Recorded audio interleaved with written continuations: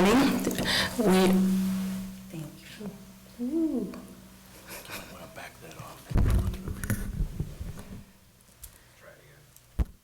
Good morning. Better. I'm calling this meeting to order. The time is 9:00 a.m. Today is Friday, June 14th, 2024. This is day 2 of the Physical Therapy Board of California meeting. We are meeting in the Department of Consumer Affairs hearing room located at 2005 Evergreen Street in Sacramento. Can we please have roll call? Tanya McMillian. Present. Dale Armstrong. Present. Karen Brandon. Present. Katerina Ellaby. Present. Sam Q. Present. Alicia Rivera Amen. Here. All members are present and the board has a quorum. Thank you. We will move on to item 15 on our agenda, the reading of the board's mission statement by Board Member Q. The Physical Therapy Board of California mission is to advance and protect the interests of the people of California by the effective administration of the Physical Therapy Practice Act. Thank you, Board Member Q. Moving on to agenda item 16, the Office of Professional Examination Services, OPES, presentation. Welcome to our guests. Thank you so much. Good morning. My name is Heidi Linzer. I am the Chief of the Office of Professional Examination Services, and with me here is Robert Calvert. He's our senior statistician, among other hats that he wears at OPES, but Robert will be the test specialist who will be working on your project. So we're both happy to be here to give you an overview of OPES and some details about the occupational analysis and national examination review projects that we're going to be conducting for your program. And the OAs are scheduled to start in July 2024, so right away, and be completed in June 2025. The national reviews, they will follow after the occupational analysis, and those are scheduled to start in July 2025 and be completed in June 2026. I'm sorry, what was that last part? What's going to start in July 25? The review of your national examinations. So we'll be giving you details about these projects and the process that we're going to go through. But just to give you a timeline, the first one takes about a year, and then the second one also a year. So it's a 2-year project. So give you some background about OPES. We currently work with about 24 of DCA's boards, bureaus, and committees through intra-agency contracts. We develop California-specific licensing examinations, and we also evaluate national examinations used for licensure in California. We also provide consulting to all of DCA programs on examination-related issues or questions that they may have. This service is provided through pro rata funds. OPS has a staff of 10 test specialists who are educated and trained in licensure examination development and validation. Most of our staff have master's degrees or PhDs. We make our recommendations based on law, DCA policy, professional guidelines, and technical standards. So OPS's mandate is, our Bible as we call it, Business and Professions Code, Section 139. And the keystone of that is that the legislature finds and declares that occupational analyses and examination validation studies are fundamental components of licensure programs. BP Section 139 was created in 1999, and to the risk of dating myself, I was there in the room. I was fortunate enough to have been here at DCA, just starting my career, and got to help draft the legislation and the subsequent policies that guide the work that we do at OPS. I started at OPES, which was then called Office of Examination Resources. I was there for 4 years, and then I was at Contractors State License Board. So in 1999, I was at Contractors State License Board, who have their own testing division and because they have so many exams. So I was there for 14 years, and then I came back to OPES to be the chief, and I've been here for like 11 years now. So my whole career has been in testing at DCA. So BPC Section 139 was developed to help ensure that all licensure examinations used by DCA are psychometrically sound, job-related, and legally defensible. They must be based on a current occupational analysis, and they must meet technical standards for validity. BPC Section 139 requires that boards submit a report every year indicating the date of their most recent occupational analysis and other information about their licensure examinations. OPS compiles this information for DCA and submits it to the legislature. So that's how important the legislature values the occupational analysis, that all boards and bureaus and committees that use exams must submit that information to the legislature to ensure that their occupational analyses are current. BPC Section 139 also mandates that all national examinations be reviewed in accordance with policy guidelines set by OPES. So, these are the policy guidelines that are developed by OPES. Implementing the mandate of BPC Section 139 is an ongoing process. First, OPS was tasked with developing a specific licensure examination validation policy for DCA, and this policy is updated as industry standards evolve. So you can see that the first one, 2201, we updated it in 2022. So as things change in the industry or issues come up with DCA, with examinations, we update our policy.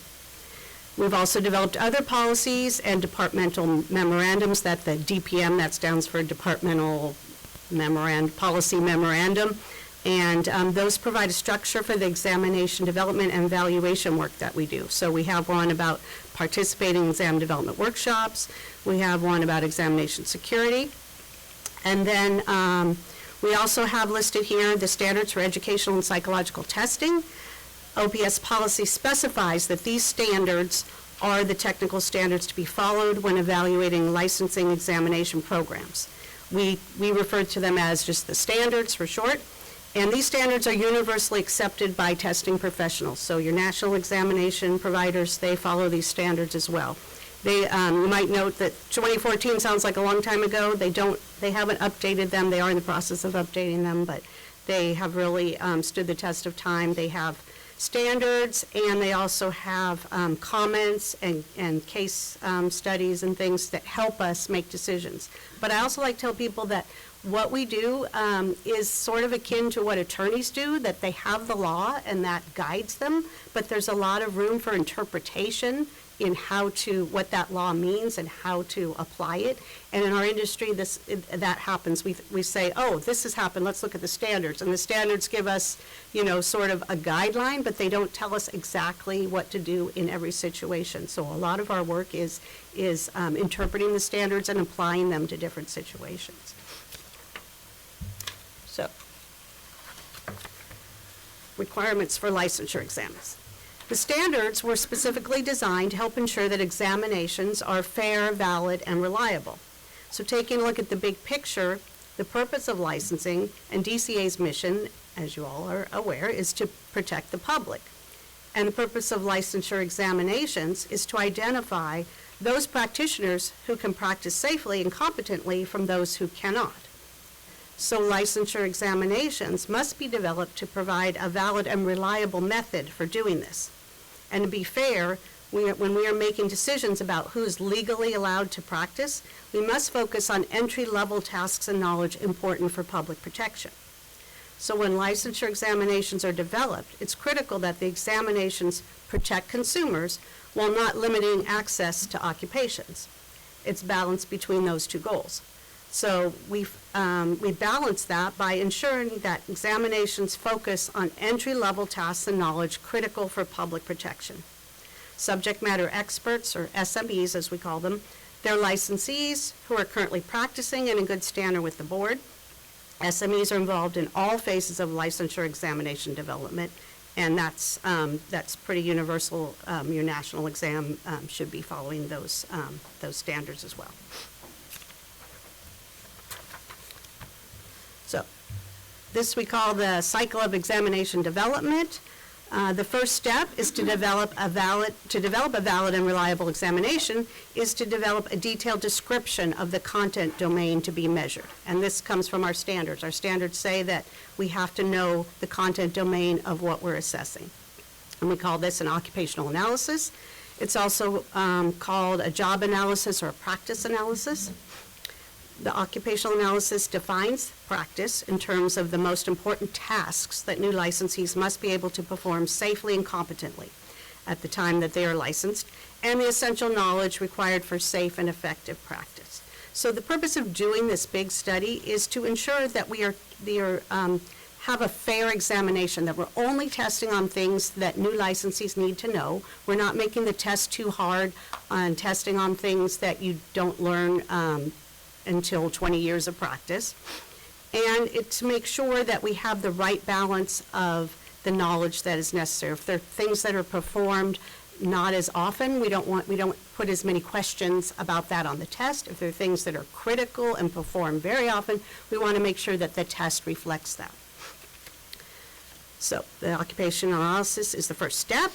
And the results of the occupational analysis include a detailed description of practice and an outline for developing the licensure examination, as I said, with a breakdown of how many questions that we need in each content area. The next step is to work with SMEs. SMEs come in to write questions, review questions. We have a different group typically to review the questions than those who wrote the questions. We have SMEs construct the examination, and SMEs are involved in determining the passing score. And now Robert is going to talk more specifically about the occupational analysis and the national review process. So the portion of this work that I'm going to be doing with you is that occupational analysis, which is the very first step there. It's going to define what it means to be in this profession. And in order to do that, we talk to a lot of the professionals. So I will sit and have interviews over and over and over again. From one interview, I'll take that information and then I'll ask the next person to help to corroborate between the two. And we just keep on going and gather a lot of information through these interviews. They're generally about an hour long. There isn't a set number of interviews. I would be surprised if it was less than 10. But we keep on going. We get information from you guys as to who we should be talking to. At that stage, we can talk to people who are not necessarily currently practicing if there's a reason to. So like if there's an expert in the field, but they're not practicing right now and you want us to talk to them, that's a space we can talk to them. We can't do that later. So like an educational professional, we don't want involved in later steps because it gives them insight into the examination process or other things that maybe they shouldn't have. It's a bias. But in this beginning stage, in the interviews, that's a space where you as a board could say, hey, we'd like it if you would talk to this person, and I can talk to them as part of the interview process. As we go through that, we're going to discuss really two things. One is a task and one is a knowledge. I'm not going to go so much on the knowledge right now, but a task is a specific thing the professional does as part of the job. And we need to break down the entire profession into this very long list of tasks, because a task and a knowledge can be measured. So we want to say, okay, these are all of the things that you need to be able to do or be this professional. Okay, what do you need to know in order to do those tasks? So then we link the knowledge back to the tasks. Now, I'm getting a little bit ahead of myself, but that's kind of the process. In the beginning, I'm just talking with the professional to try to get as much information as I can to get some provisional statements. But I don't write any of this in a final way. That's, as Heidi said, everything comes back to the SMEs. So this whole process is driven by SME at every step. I just am there to facilitate through the process to discuss if there's, potentially language issues or, we have some strange ways of writing things, but the content has to all come from professional. When we do this, we focus on a few different things that could have changed, or in this case, we don't have a previous OA, but in other OAs, we would focus on things that have changed over 5 years, because these should be conducted every 5 years. The belief is that something that the industry at least should be checked on, make sure there aren't new technologies out there, new procedures out there, anything that could be moving. If we don't check, we don't know. So that's why we recommend 5 years. Within the scope, The scope of practice is just to say, what are all of the things you do? So that I kind of explained already within the task idea. And then the law is a tricky subject in the sense that it's black and white. There are a set of laws that apply to a profession. So I don't really need to discuss with a SME what laws they're aware of. What we do need to talk about potentially is within the law section what should be tested on. It's not a question of does this law exist? Yes, it exists. I don't need you to tell me it's there. But how important is it? How broad is it? How commonly do you interact with this? An example of that would be if there are laws that only relate to business owners. Okay, well, how relevant is that to an entry-level professional? Not very. The law's there. You are held to the law, but we shouldn't put it on this test. So that's where and how we talk about law. It isn't define the law to me. It is how pressing is this, how important is this, which goes back to a point Heidi said earlier of there are two things we care about when we evaluate these tasks, and that is how often do you do it, frequency, and how important is it, where it is a task at this moment. So something that is done often and very important, we want to see reflected a lot on the test, on the examination. And something that is not done often but is important should be on there, but it shouldn't be on there as much. And something that is neither important nor done often should not be on the test. And that is judged by the SMEs to give us that feedback. All right. This is just kind of an overview of what the purpose of the occupational analysis is. Some of this I already covered for you, but we want to describe current practice. That goes back to my 5-year point. Current practice means we need to keep doing this so that we know what's happening today. From the basis in legislation and policy, we can come back to this to make decisions, which really will come back to you guys. And then for the legally defensible piece, in the event that you have something that relates to an examination and a court, you really want to be able to point back to this and say every step along the way an SME was involved, an SME has validated this and this and this, because what's the court going to say? The SME doesn't know what they're talking about? They are the subject matter expert. So it is a pleasant thing to have in your back pocket if you need it. Can I ask a question? Of course. Might an SME include our executive officer or board staff? At what stage? So there are lots of stages where the answer to that is no. In the beginning stage where we can do the interviews, yes. So when I'm doing my interviews in the beginning and I'm defining the scope of practice and the area, yes, anyone you guys want me to talk to, I will talk to. So and I will get information. specifically, you mentioned that you would ask SMEs about laws that are encountered more frequently and then leaving off items that, aren't necessarily encountered. And I feel like board statistics would be able to lead us to that more than an SME. The board statistics would lead us to what you as a board are struggling with for enforcement. And that's not necessarily the same thing as what is critically important. And I don't mean that dismissively. I mean, if you had a profession that was really doing well and all of your enforcement was on very minor things, we wouldn't want to change the test to only cover the minor things. Correct. So if it was a question and you knew something should be there, yes, of course, we would talk with you and we would find that out.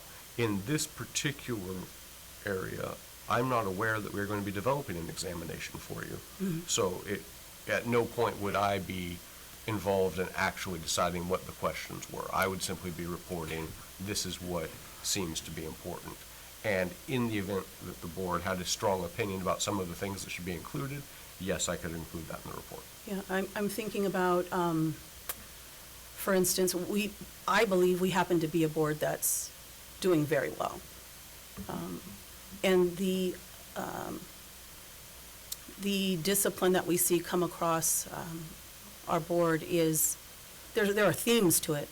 It's usually very similar things. So I think I was going off of your statement of always having an SME involved for the particular items we want to see that are encountered most often and those that aren't.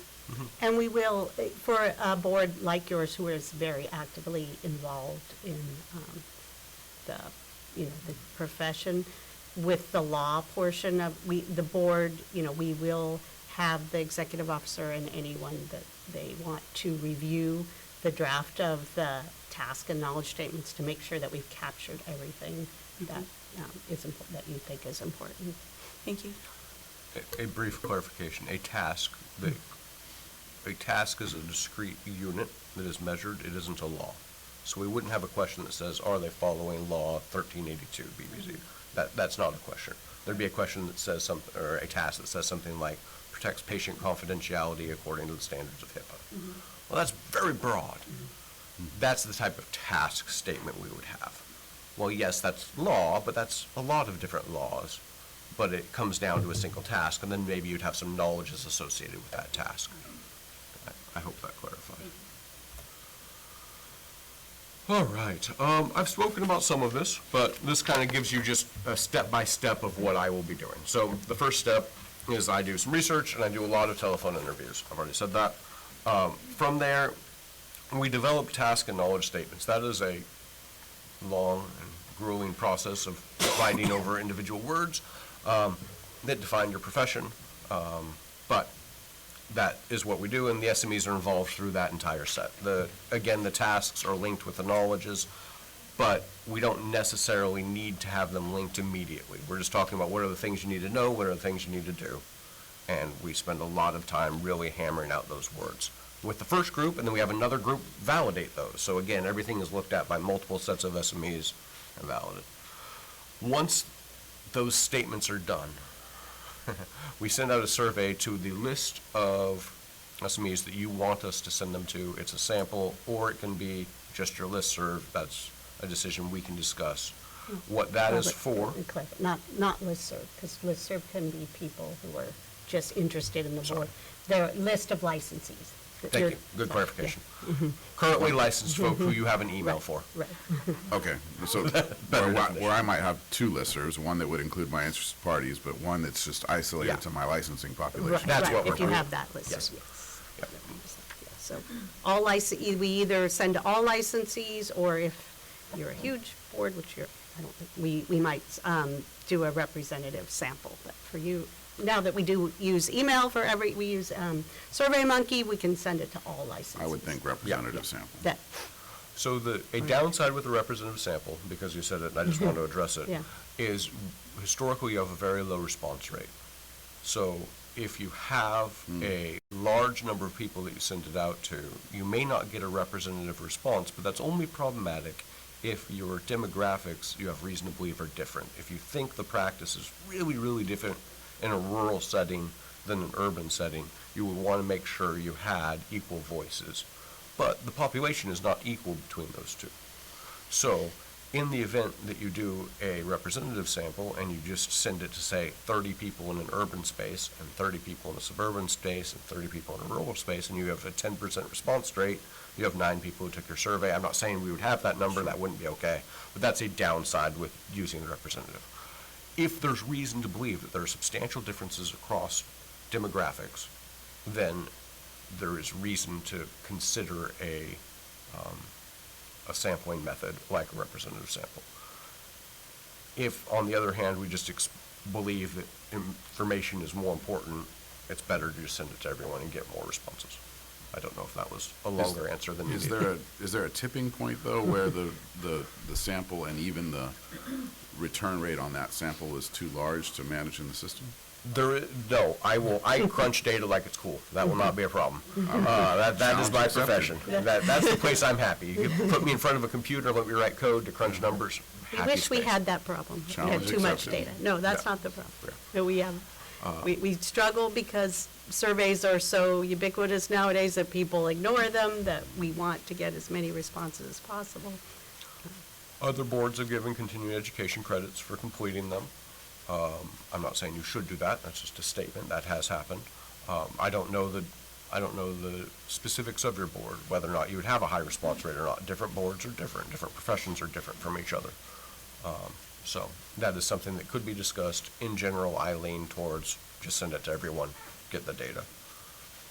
And part of the process, part of the project plan is that the board puts out the information that we're starting this project, put it out to your association so they know that we're doing this, and hopefully they're interested in participating, so give them a heads up, and then when they get the survey, they go, oh, this is the thing that they were talking about, so get some interest and enthusiasm for participating in the Stacy, project. we're going to do an occupational analysis next year. Okay. So once all that data comes back, then I run it through code, because that's what I do. And I get a pile of analysis on the data. Some of that's simple, some of it isn't. I will do a quick check to see if there's evidence to believe that some of your demographics are different than each other. Most of the time, that's not. And then we produce a pile of pie charts and other things for you to come back and give a presentation about what was viewed by your SMEs as important or not, and who we talked to. Are there questions contained in the survey that identify the demographic data? Yes. That we, as of right now, do not ask about race. I will not step on that one way or the other. But based off of the board feedback, we can ask more questions there. So some boards know that they want some information about a current issue that actually doesn't have a ton to do with our OA. And we have included those types of questions in the past as part of the OA process. We don't want to make it a giant survey that doesn't relate to what we're doing. Please don't go nuts. But if you have a few questions that you want to ask, or if there's demographics that you are interested in, we can include those. Part of what defines the demographics that we include is also what the SMEs say. So we sit and talk about where are the places where you see that this practice is different, that we can Different ask about. settings. Different settings, For your- different, right. We would ask for different practice settings that they work in. Yeah, I have a question. please. Are we speaking about both the NPTE and the Cal Law exam? Yes. I Yes. believe so. Thank you. And the MPT. I think there's one more. A, we're also looking at A. Correct. Should clarify that. Anyway, so analyze the data. Then we review the data with the SMEs. The reason we do that is that it could be that some of the tasks and knowledges that were identified in the beginning didn't show up as being important. And we need to choose a cutoff point where we say below this level is not worth including. And clearly an SME needs to be involved in that. So I crunch all the data and then I say, okay, it looks like these 7 tasks you guys didn't think were very important. Let's discuss those and talk about why that may be. Could they all be combined? So sometimes you have 7 different things that were just too specific and small, but if they theme together, they could be combined into another piece. And we can discuss that. At that stage, it's hard to change much, but that's where we make those decisions. And then we create a content outline for you. In this particular case, that would just be used as a comparison. So we would say, based off of all this data, we think 13% of the questions should relate to dog grooming. I'm just throwing that out there as a fun point. And if the national exam has 50% of questions on dog grooming, that's a problem. It isn't, if we said 13 and they said 15, no big deal. Like, it doesn't need to be exact, and it's not prescriptive, but it is a comparison space to make sure that what the national is doing matches what the SMEs in California say. Clear? Good. Moving on from this slide. All right. Did you want to talk about BPC 139? Sure. So back to BPC 139, also has requirements for national examination reviews. So, OPS licensure examination validation policy states that all licensure examinations appropriated for use in California professions that are regulated by DCA must be validated according to accepted technical and professional standards. Now, you might be wondering, we have these national exams, they're developed by professional test developers and vendors, so why are we making such a big deal about evaluating them? And what the history is that there were examinations years ago, when we started with BPC 139, that were cutting corners, not developed in accordance with standards, and there was concern that nobody was overseeing these examination development processes who were knowledgeable. Of course, boards are involved with national exam development often, but they're not board members, are not psychometricians. They're not experts in test development, so they may not know when things aren't being done the way they need to be done. So that's what was the impetus for 139. And I will say, over the years, because we do what we do, because these programs know that they're going to be evaluated by OPES, they have stepped up, and they do for the most part, do a good job, but we still find things that are not consistent with standards, that could be done better. So we try to keep them on their toes by doing these evaluations. And in California, we are the only office that is similar. No other states have an OPES. We are the only state that does this level of oversight. One, as you know, California is larger than any other state. We have more licensing professions. We have more licensed professionals. And we just are very concerned about standards. So we are unique in that sense. So part of our standards are that national exams must demonstrate, not just meet, they have to demonstrate to us that they meet psychometric and legal standards. California practitioners must be represented. So in the occupational analysis, when we will review your national exams, we'll look to see how many California licensees answered their occupational analysis survey, and make sure that that California was well represented. We also, we were telling you, will be reviewing the content specifically, the content of their examination compared to the content of the occupational analysis, which is a stand-in for a California examination. Can you talk about that a little bit more? I don't quite understand that third bullet.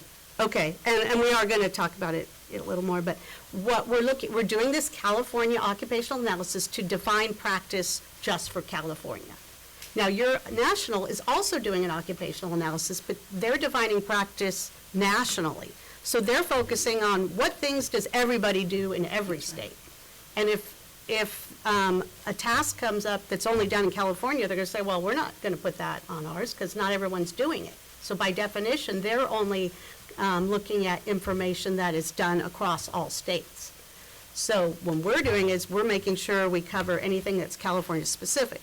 So our final process, which we call a linkage study, is we'll have the SMEs look at the California OA and then look at the national OA and make sure and see if there's anything California specific that wasn't covered. Now you also have your Cal Law.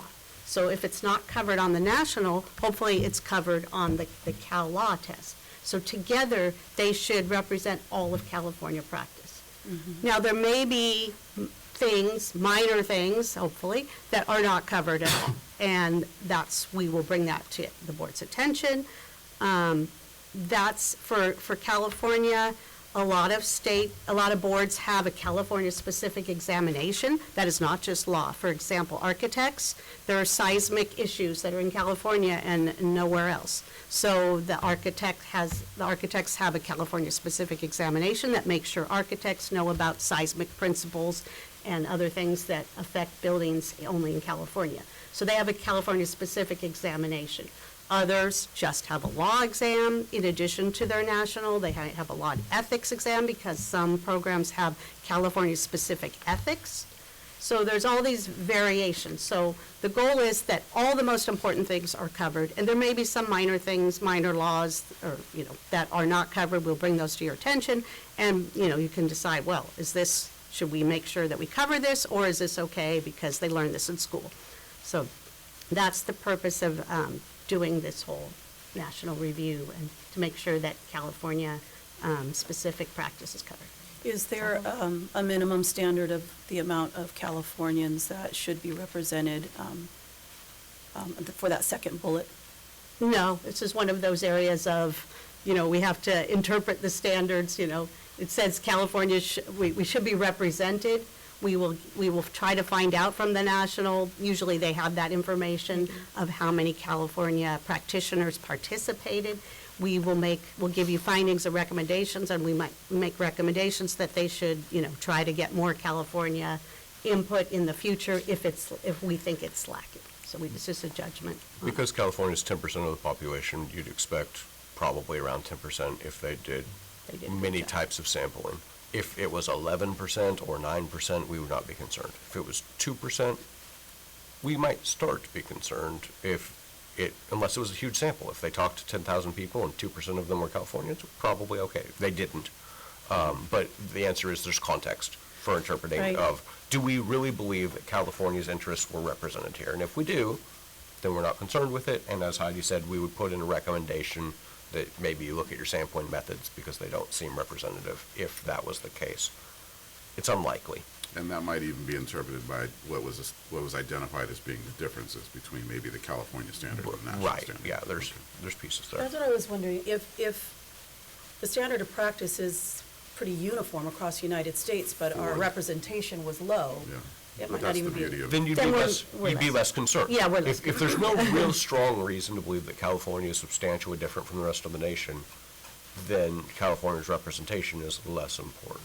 However, we're going to do the OA just with California. So if there were differences between the California OA and the national that were substantial, not minor, and if the national didn't include a large number of Californians, then we'd say, hey, you guys should probably, but again, we're just making recommendations. We're going to write in the report what we find. And I find that outcome exceptionally unlikely, personally. So not being familiar with, like, using the architecture example, those things that were identified, the seismic issues, were those questions then included into, say, what would be translated as our jurisprudence exam? Or is that a third separate standing exam? They don't call it, it's not they call it a California-specific exam. But within that, Within that. still only 2 exams? Yes. But covering kind of the, Any laws The differences and between the any national principles that we determine by using SMEs that were not covered Yeah. on the national.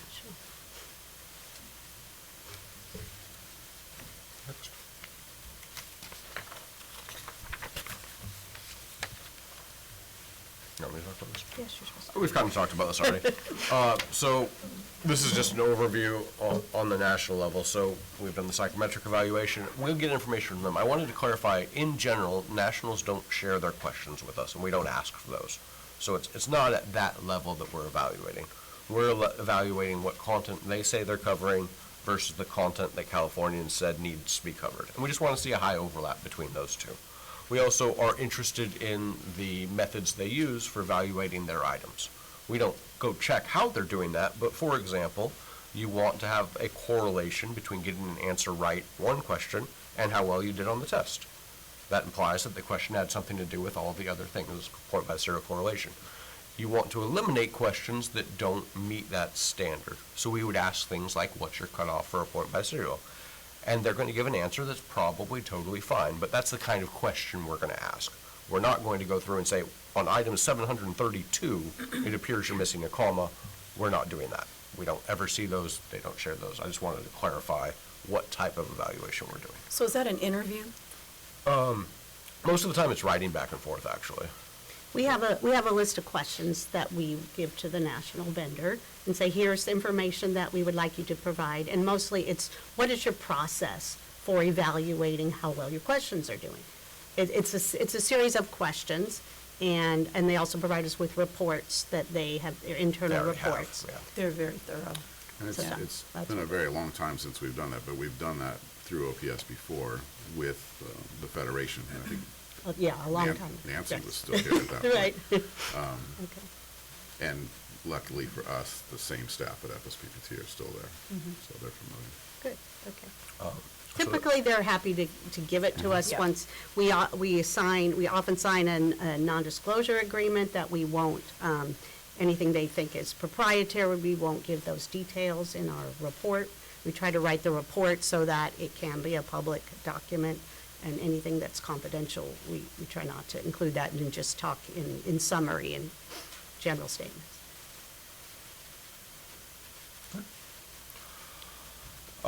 We've already said that we're going to compare the national to the OA. And the last bullet, as I've said, is just comparing if there's anything that was missed. And as Heidi said earlier, we're going to report to you that it appears that these things were missed, and then that's information for you to do whatever you wish, if anything was missed. You know, we go through this huge thing and they say, okay, there are 2 tasks, and you read the task and you go, yeah, no big deal. That's fine. But if when you're reading through them and you go like, it looks like these things aren't on there and we think those are really important, that's just information for you to make discussion later with the national exam. All right, trying to see if there's anything. These are some of the things that we're gonna look at with the information we received back from the national. So, most of the time, they have a report that was their occupational analysis. I will review their occupational analysis. I will review a whole pile of their procedures. I read, a 70-page document, and you get one sentence. Their procedures match standards for that section, but that's what we're doing, is we're going through and just checking that each of the steps they're taking match with the standards, and they provide us with all of the evidence that supports that, and then you get a very short sentence that says it met, or if it didn't meet, it appears that it doesn't meet, this is the standard, this is why we say that. Commonly, if we're going to say that, we go and talk to the national about that to make sure that I didn't just miss something. Like, oh, no, that's an attachment 72D. Oh, how did I miss it? So that's what we'll do there. So pass score, this third bullet here, reviewing procedures for setting pass scores, is my pet peeve of the most important piece of this whole thing. Because where you set the cut score determines, in effect, who can and cannot practice. And that is done by people, and you don't want those people to have agendas. So when you review the way that this is done, there are lots of ways to skin that cat, and they are psychometrically sound. There are ways to do it that aren't, and that's a piece of what we'll evaluate. Again, you'll get a sentence blurb that says this is the way they do it, and it meets standards, or it doesn't. But that's a space that I will spend some time going back and forth with them on. And I would encourage you as a board, if you take nothing else away from this, to, whenever you hear about passing scores, think that that is important and be curious about how they're doing it, because that is the main driver in what's going to happen in your industry for exams. So we'll review pass rates. That's a tricky subject. Ideally, you would want pass rates to be relatively stable in an ideal, happy world. The reality is that's not always the case. I don't know about your board and whether or not they are or not here. We review those, but it would be very hard to say you're doing this wrong because the pass rate changes because we don't know anything about the population. COVID was big. When does that stop mattering? Who knows? So we will review it. The administration security procedures, I don't know who you administer through, but that's probably a vendor you work with. And so they'll send us their information. It's likely the same information I've read 7 other times. And I review just to make sure that they're meeting the security agreement. So this is a space with online testing, which is becoming popular, that we may be concerned about. And we want to look and see what's being done, what are the security procedures in place around that. And then last, we look to make sure that information is given to candidates about the examination. That's very important. You want to be as transparent as you can be with candidates without giving them the test. My bias. Tell them what the outline is. Tell them what they're going to be tested on. Tell them what the domains are. Tell them where they go. Tell them how it all works. You want to be as clear as you can be, that they know what to expect, both in content and just experience. It's just the humane thing to do for a high-stakes test. So, we'll review that. I have a question. Please. The candidates are the test takers. Yes, I'm sorry. That's okay. Review information available to candidates. So you're reviewing it, and is there an implication that this information is disseminated to the candidates? I'm reviewing what is available to the candidates at the time of my review. It's not privileged information I have. So if I was a person who was going to go take this examination, what is the information that I can easily find from a trusted source, ideally the vendor, on this examination? So, for example, if I was going to go take a test, we'll take the bar, for example. I'm going to be a lawyer. Well, I know that it's spread over 3 days. I know the first 2 days are multiple choice questions. I know the third day is essay questions. I know that it's roughly going to be broken down into, 7% civil, I know all of these things about what's going to be on the exam. Mm-hmm. I don't know the questions, obviously, but you want to be as transparent as you can be with the person who's going to take the examination without invalidating your examination. So this example is releasing practice questions. Well, that can be done well or poorly. I would review how that's done. If you sell practice questions, that's a questionable practice as a person who's making the test. But we just review everything that has to do with what does the candidate have access to in information, and is that being done in line with standards, because our standards talk about the candidate and what they deserve. Thank you. And that's why we review that. Is that clear enough? Yes, it does. Thank you. Back to you. Back to me. Okay. Excellent. So we talked a lot about subject matter experts and how important they are. So this is where the board has a very important role in the project. It's the board's job to recruit the subject matter experts that we're going to be using for this project. And OPS will work with the board on how to select representative SMEs. SMEs should reflect the profession in terms of specialty areas, type of practice, location, ethnicity, and gender as much as possible. They need to have a valid license and be in good standing with the board. Although, as Robert did say, there can be exceptions. If someone is retired and they're recently retired and they want to participate in the interview part of the occupational analysis, we'll be happy to include them in that process. But typically, when we're doing the occupational analysis, we want to focus on people who are currently practicing and know, what's going on in the field and are recently licensed. Make sure that we focus on individuals licensed 5 years or less to ensure we focus on entry level. We know there's lots of practitioners who've been practicing for 20 and 30 years who are experts, and you say, oh, well, these are subject matter experts. Yes, they are. However, we want to stay focused on entry level. We want to make sure that the test and the occupational analysis reflects entry level tasks, not things that you would learn after many, many years of practice. So the board makes sure that we have a sufficient number of representative SMEs, and then OPS makes sure that we facilitate the process and that the psychometric standards are met. The occupational analysis document is a legally defensible document. It's your defense that the test was developed in accordance with psychometric standards. Didn't go to that, so that leads me to the next slide. What are the OPS deliverables? So we will write an occupational analysis report separate for PT and PTA. We are able to kind of do this project, do it together because of the overlap that we understand between the PTA and the PT. So we'll be able to have workshops that have both of those groups of SMEs in the room, but we will treat them as separate. They'll get separate surveys and they'll get separate reports to document that process. And when we do the national review, as we kind of talked about, we'll list the relevant standards and the policies that OPS has that relate to your examination, and then we'll provide findings and recommendations related to those standards and policies. And then we will have a separate report for the PT and PTA. The linkage study is just our name for reviewing, taking the California OA and reviewing it against the national OA. We call that a linkage study. How well do they link? And then when the projects are completed, we'll come back to your board meeting and present the results. You'll have all the reports, but we'll give a presentation on the results.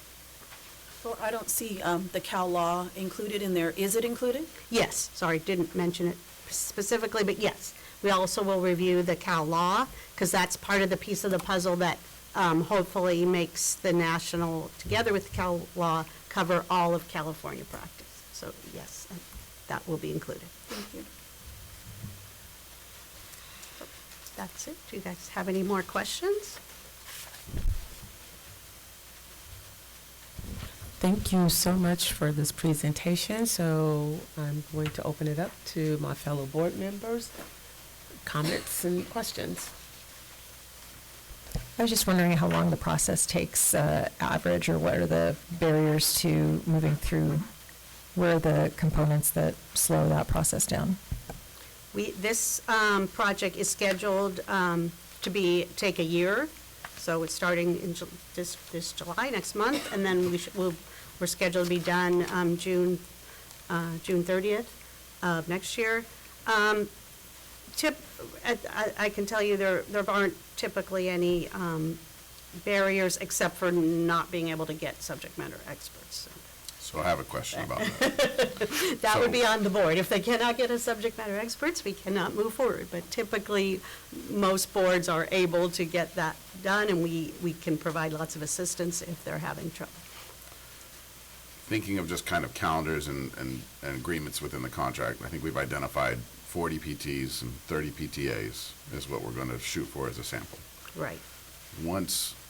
How does that look in a practical setting? Like, once we get to 30, we can start the process and hopefully still, kind of chase down the other 10. And I'm Yes. only anticipating kind of worst case, Yeah, it's scenario a participation. but- sequential, you don't have to have the 40 identified the first day of the project. Okay. It's an ongoing process where you're contacting SME, say, okay, we've got enough for this upcoming workshop. Boards do it different ways. Some boards send out, say, here's all the dates. That's why we determine all the dates up front for every step of the process. So some boards will send out an informational piece to their licensees and say, here's the upcoming workshops that we have, please sign up. Others will do it a few months before and say, we have this project coming up, these 2 dates, can you participate? So that's up to you and your knowledge of your licensees. With, say dentists, they have, appointments booked, and maybe PTs too have appointments booked way in advance. Then it's good to give them all the dates up front. And then sometimes people will say, oh yeah, I can do it, and then they drop out, and then you need to fill in. So it's a gradual process. You don't have to have it all done all at once. And my assumption is that in this kind of recruitment, the early stage recruitment process, you're still looking for us to kind of find demographic categories of practice settings, age groups, recently graduated. Yeah, most private importantly, practice. the 5-year license, less than 5 years is the most important. Because we would love to have everyone in the room, be representative, but because we're going to send out the survey to everyone, we will get the representative, demographics. Yeah, so I'm hoping to down. have the problem of having too many people Too to many choose people. from, Right. right? Well, But we like that problem. Yeah. just preparing for. Okay. Are each of the SMEs, do they have to commit to the project from the beginning to the end, or is it different groupings for the different task forces? Different Okay. groupings typically. Okay. There can be some overlap, but we'd like to have different, So the orientation for the SMEs is specific to the task that they're doing, and you guys run that, right? Correct. They're all sort of standalone pieces where we give them the background and tell them what we need them to do in that workshop. There are almost always people who are very, very excited and engaged in the process and want to come to every step. Right, Robert? So we allow, don't do You'll that, probably find but that we here as sometimes well. allow, if we've got 10 people and one person has been involved, that's okay, but we like to. But out of those 70, Right. that's the pool to which you'll pick each category of SMEs for each stage of your evaluation. It would depend how you set it up. So they could be available at different dates, in which case we are not really picking. It's the people that were available at that date Sure. are the ones that are going to be there. My only advice, which wasn't asked, is get more people than you think you need, because they inevitably drop out. Okay, so I'm just wanted to clarify, when was the last time we did this for our examination? For the jurisprudence examination, it was 2012. Okay. And then they've never done it for the, Not to my I knowledge. don't think we've ever reviewed the national exam, so kudos to you for coming on board. We're very, I get a feather in my cap for, I got the physical therapy board during my tenure at OPES to come on. Heidi, that makes it sound like we were so resistant for so long. I'd like to say something to that, because I guess I have a lot of respect for what you do. And I don't pretend to understand it at all. At the same time, I greatly respect the developers of our national exam as well, and their processes. And our board's job is to make sure we do also have a sound and fair and defensible national exam. And so I'm convinced, right? And I'm just wondering several things. One is, are we in contract already for this to happen? We are. We are. And how much is it costing our board? I believe Heidi has the It's- contract. I have the in front of her. contracts. So the occupational analyses, the PT and PTA, it's together in one contract. That's 79,840. And then the review, the national reviews are 34,856. 34,000? 34,000. So we're looking like 35,000. over 100,000. Yes. And not to be toot our horn, but this is very inexpensive compared to what you would pay in the private sector. It could be 150,000 just for an occupational analysis for one profession. Obviously, we're government workers, so we don't have, we don't have. I don't get this paycheck. We don't, we don't have, we only charge for our time. We charge for what it costs us in terms of employee salaries. And this might be a question that's above your pay grade, but is there a reason why this particular service would not be included in pro rata? That's a very good question. I'll take a stab You at could it. I'll just take a stab at it. Okay. So I would be, as the administrator of this program, I would be a little dismayed if it was included in the pro rata because not everybody relies on these services. And so I would be a little annoyed that I would be paying for other people's OPES services. I'm much more comfortable with the invoiceable cost of it, just being responsible for this fund. If it was only pro rata, I would be, regardless of whether I pay for the resources or not, or I utilize the resources or not, I would be paying for them and having other boards utilize those services. I get you. I think my reply would be, don't we do that already? We do for certain aspects of pro rata services that are provided by the Department of Consumer Affairs. There are a lot of services in pro rata that have a multitude of different kind of calculations on what's appropriate and proportionate for each board. This is my preference when it's an invoiceable service, right? So when I know that I'm getting billable hours for a billable service, it's a much more definitive way of looking at it. Yes. Versus I have a certain amount of employees, I have a certain amount of licensees, I have a certain amount of transactions that are running through the system. Because while I might be billed for that volume, I might not actually be benefiting from those services that are being provided. Again, isn't that happening already in other areas of It pro is, rata? absolutely. Yeah. For things like human resources services, for legal counsel services, those kind of things, those costs are proportional based on certain calculations, some of those calculations being some of those things that I just said. Okay. I've got a lot of thoughts in my head. You mentioned that not all boards and bureaus take advantage or participate in this particular process. But aren't we mandated to do that? Just to be clear though, and I think Heidi, you mentioned how many different boards within DCA that you've provided these services for, because not all boards provide licensure examinations, right? And so they obviously would not utilize those services. So if we included that into a pro rata, I think they would very easily get a Yeah. pass Yeah. in that formula. So invoiceable for me is much more direct. I can see where the money is being spent. Thank you. And you do get, for pro rata, consulting services from OPS are provided to all boards, whether we have Yeah. any work, do any other work with you. So if you had a question about something your national exam was doing, they can call me, get free advice, free advice, and we come to board meetings. We do all that as part of pro rata. And so entering into this venture and looking at this project for the next year or so, we may be inviting you back to come back to present along the way. Right. I do have one kind of I don't know, maybe caveat to carve out. But for the monies, obviously I would love to spend that money elsewhere kind of thing, because that's just, there are things that are more on fire. But we are kind of entering into an economic period of uncertainty. And this could change in a week or 2 weeks from now. What is the flexibility 6 months from now, 7 months from now, should we not be able to financially, because of some kind of external, pressures that are applied upon us with budget cuts or something like that? Luckily, in my tenure, that rarely, as has very rarely happened, once this contract is signed, budgets appropriates this money for this project.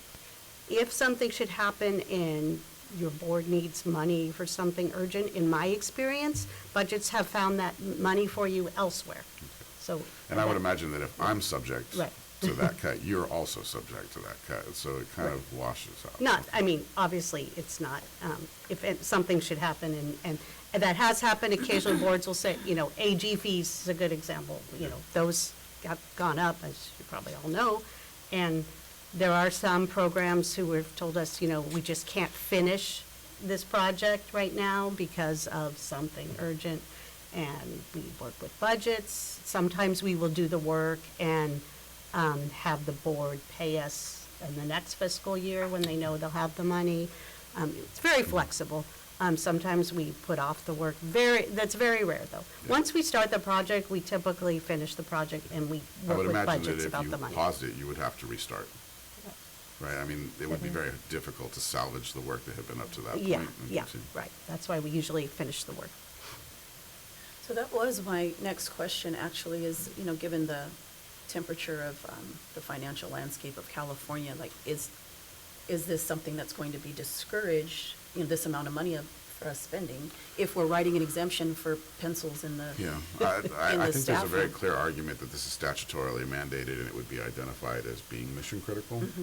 I think that there's a certain expectation that when the state's fiscal situation, dictates that a board or a bureau, kind of cut back on resources, that there's an expectation that that might result in kind of backlogs for day-to-day operations. But for things that are very kind of project-oriented, like this, that statutory mandate and that appropriation that's going to be done in our next year's budget sets that money aside.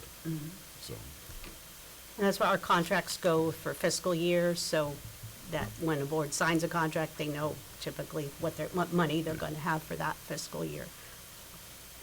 I have a question regarding your retirees.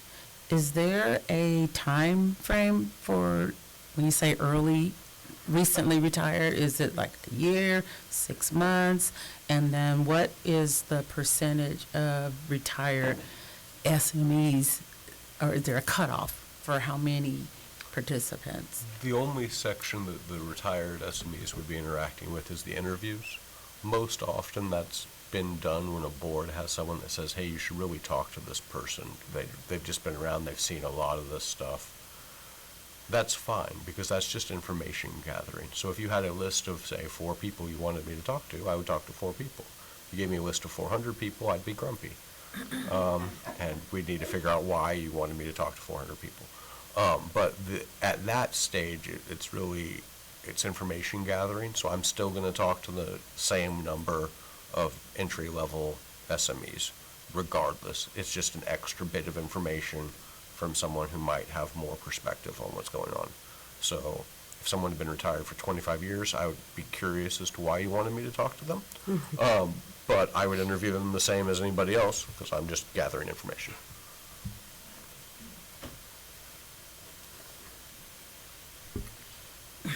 Yes. Yeah. And so, our board is a well-behaved board, our licensees in general are well-behaved licensees. We still have for the our most just, part, for the most part. I mean, percentage-wise, we're. statistically speaking, Yeah. that's absolutely true. We are a diligent board, we are a confident board, but we're also a humble board, and we're open to your suggestions from the findings that you have. At the same time, we're stewards of our budget, and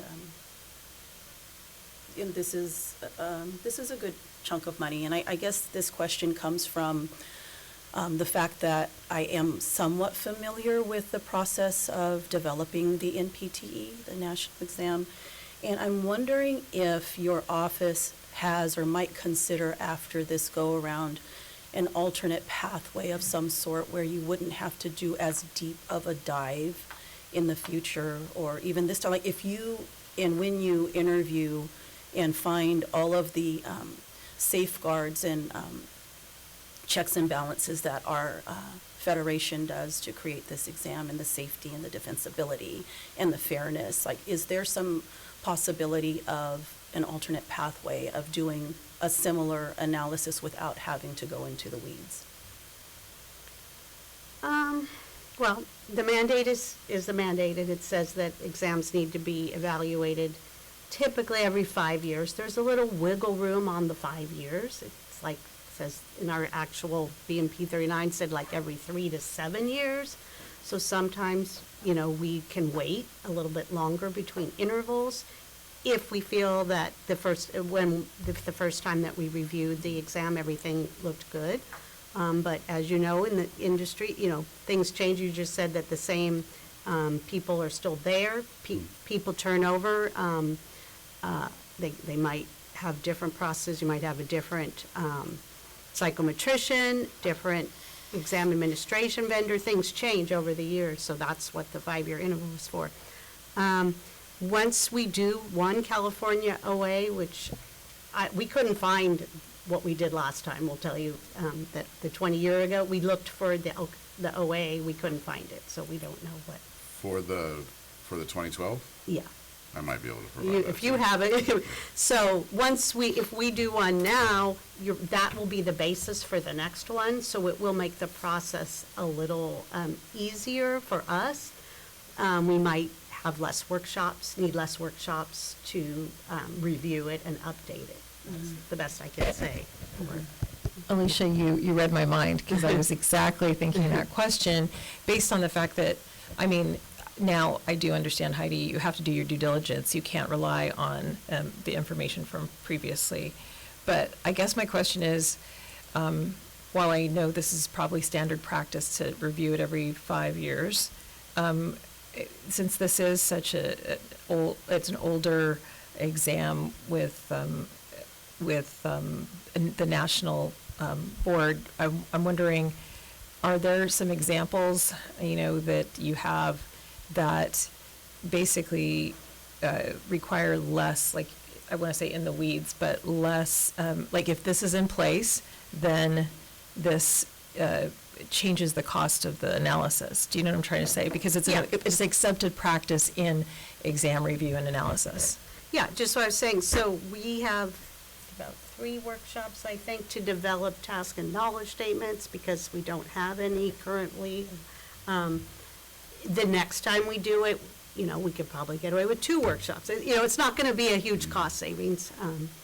It's just when we develop the intra-agency contract, the project plan, we look at what we're starting with and how much information that we need to start. If we have a solid, one that we did 5 years ago, we have a good basis to start, but it's not going to change the cost all that much.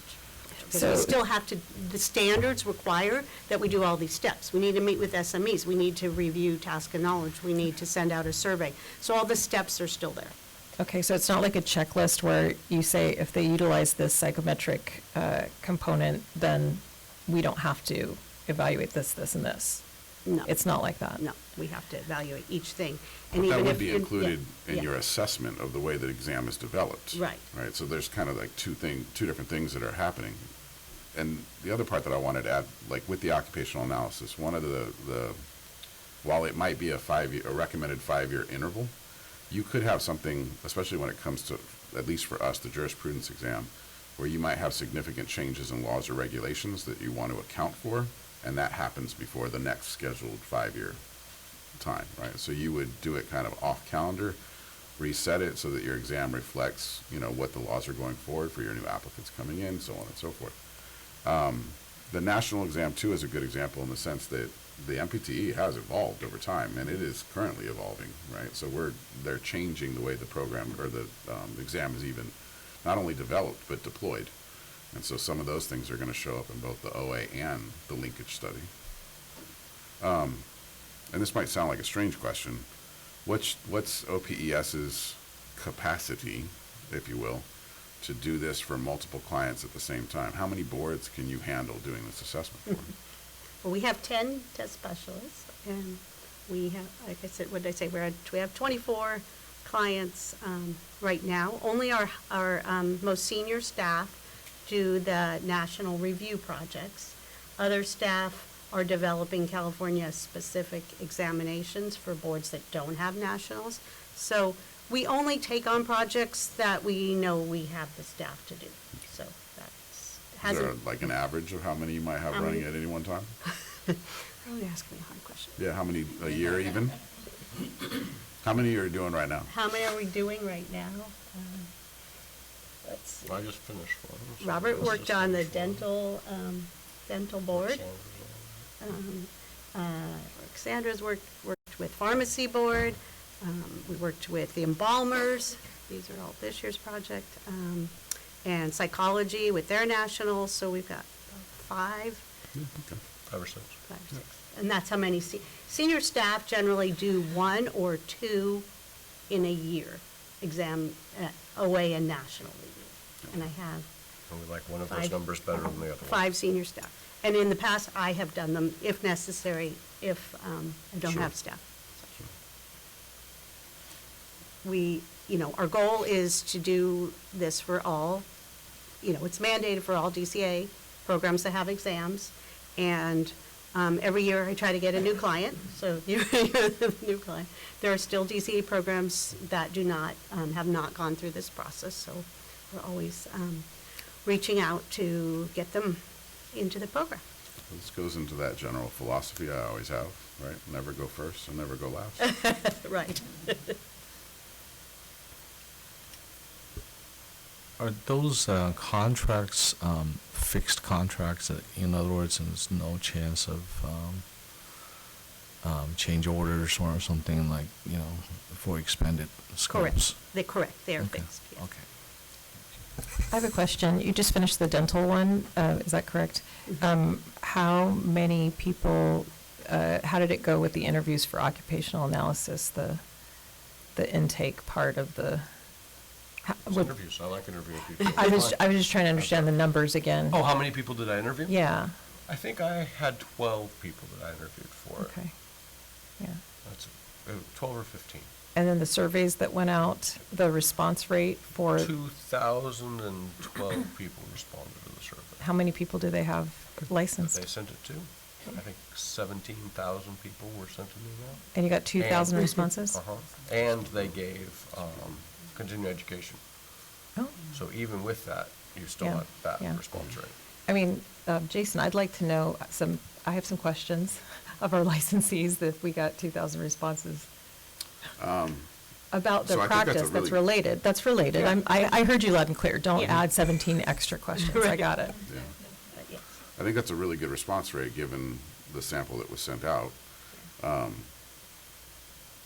But to their point, I think our general population listserv is what we're gonna rely on at first. And based on survey responses that we've got doing that in the past, we have a pretty active population. We usually get a pretty good sample rate also.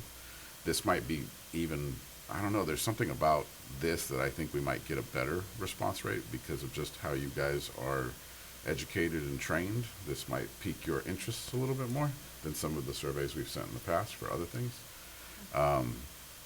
So we'll see.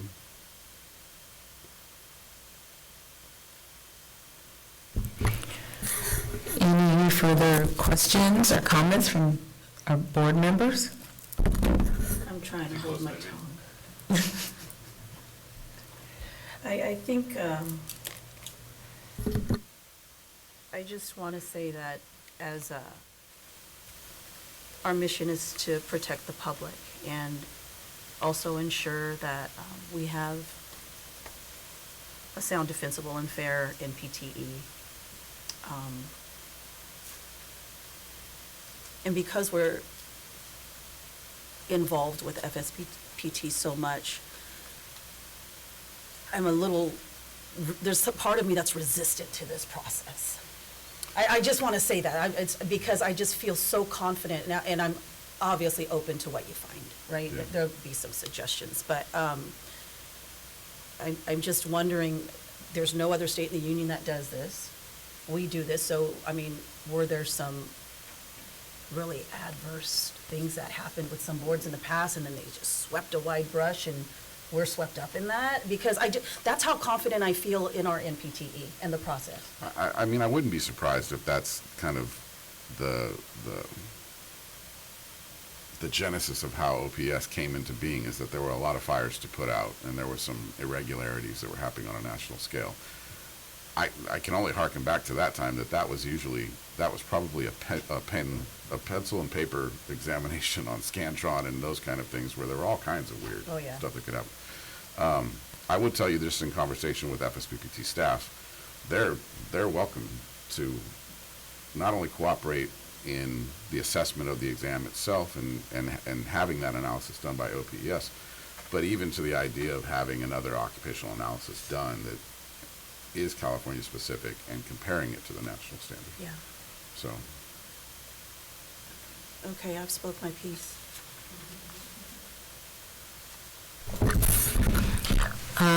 Do we have any public comment?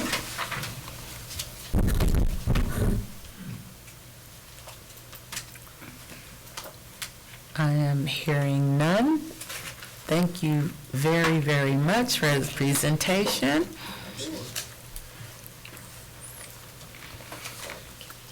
Yeah. I would like to take a 10-minute break, and so we can meet back here at 10:26.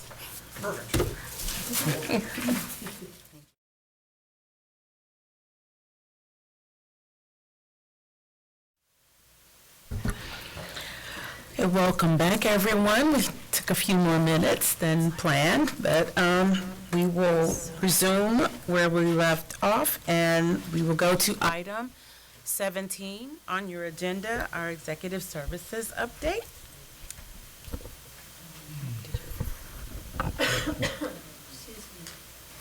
there's one thing I wanted to address before we enter into the legislative part of the executive services update. During my executive officer report yesterday, I skipped over something falling under executive services. I'm just going to bring it up real quick.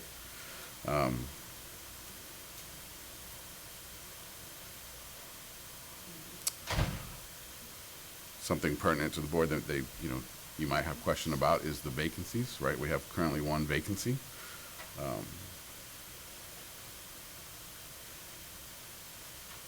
I am having some technical difficulties. I have some numbers for you.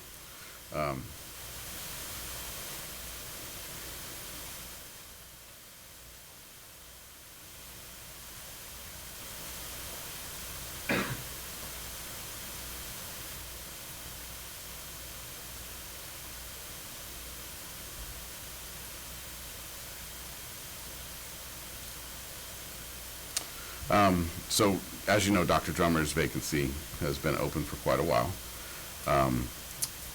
And I know that I've said this on more than one occasion now, but I am hopeful that that vacancy will be filled soon. Just in the last few weeks, a new appointment secretary was named, Morgan Carvajal, filing the role that was held by Catherine Rivera since June of 2019.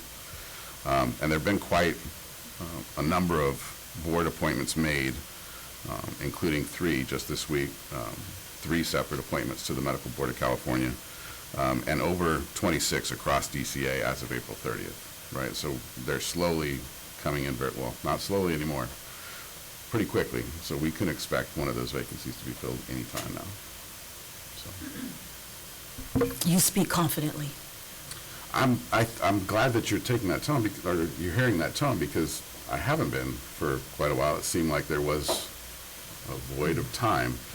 But we pay very close attention to the appointments that are being made statewide, and there are the appointment secretary is in charge of a lot of appointments all across state departments, and I see a lot of action with those, and very rarely has it kind of touched DCA, at least for the last few months. But over the last 2 months, and it's essentially since the last time I saw you guys in December, I have seen a lot of activity, so I would expect that we benefit from that activity in the near future. That's good news, and I believe Miss Ellaby and I, we're now entering our grace year.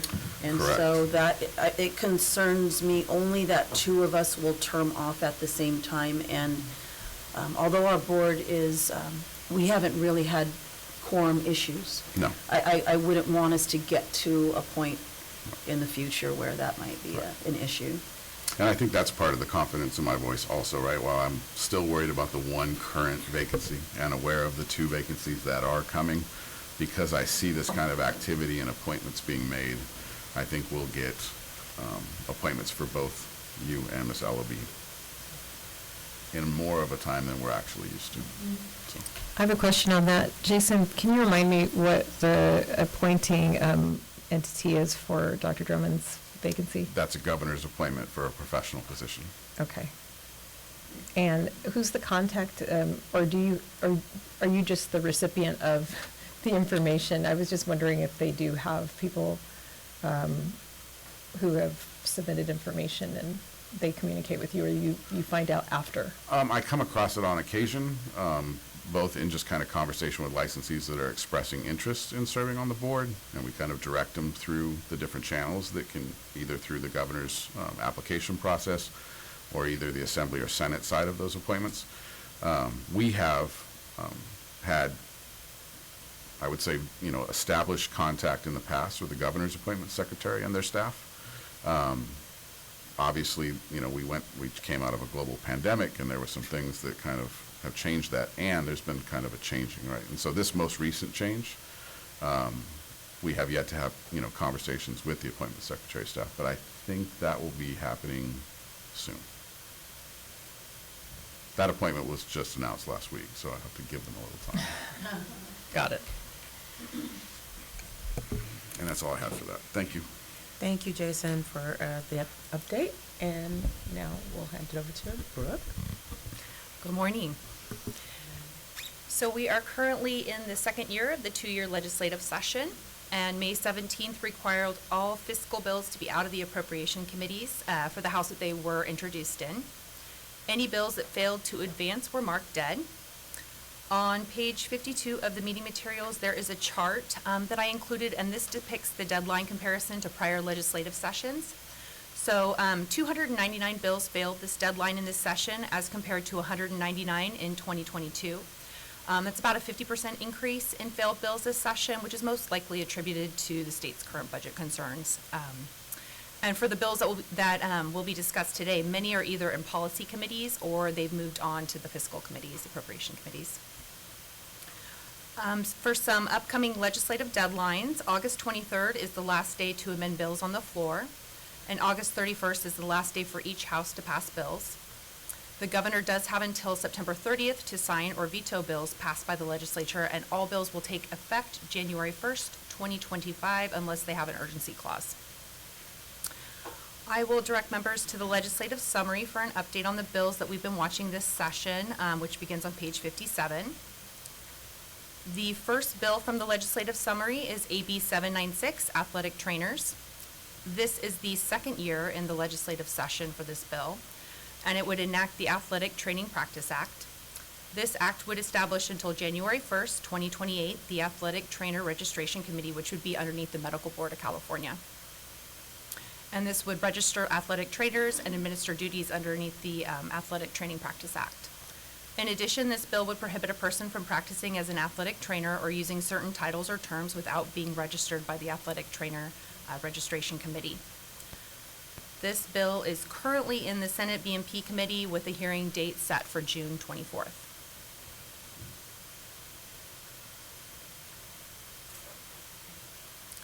Moving on to the next bill, AB 814, Veterinary Medicine, Animal Rehabilitation.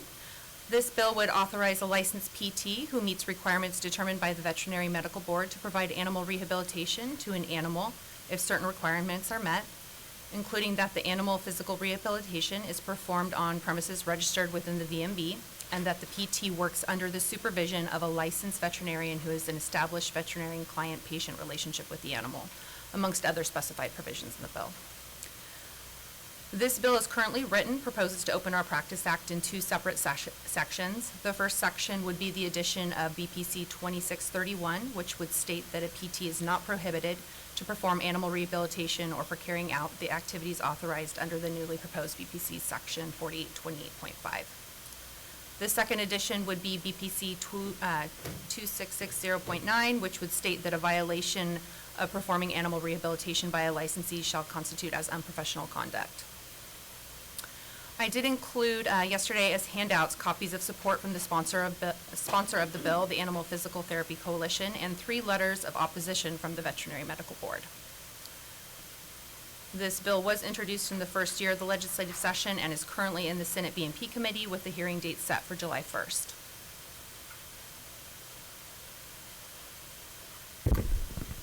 And I believe we have some representation for that bill, so if you'd like to come up.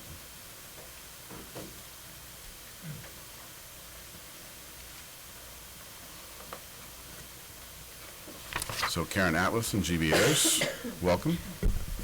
Thank you. So Michael Knudsen, legal counsel, really quickly. So we're going to take public comment on this one, and then we'll take comment on the rest of the bills at the end of the Fine. report. Is that okay? I think that's, Is that okay, Madam President? Thank you. Thank you for this time and opportunity to speak before you today. My name is Karen Atlas, and I am a licensed PT for nearly 30 years in this state and am certified in animal rehabilitation.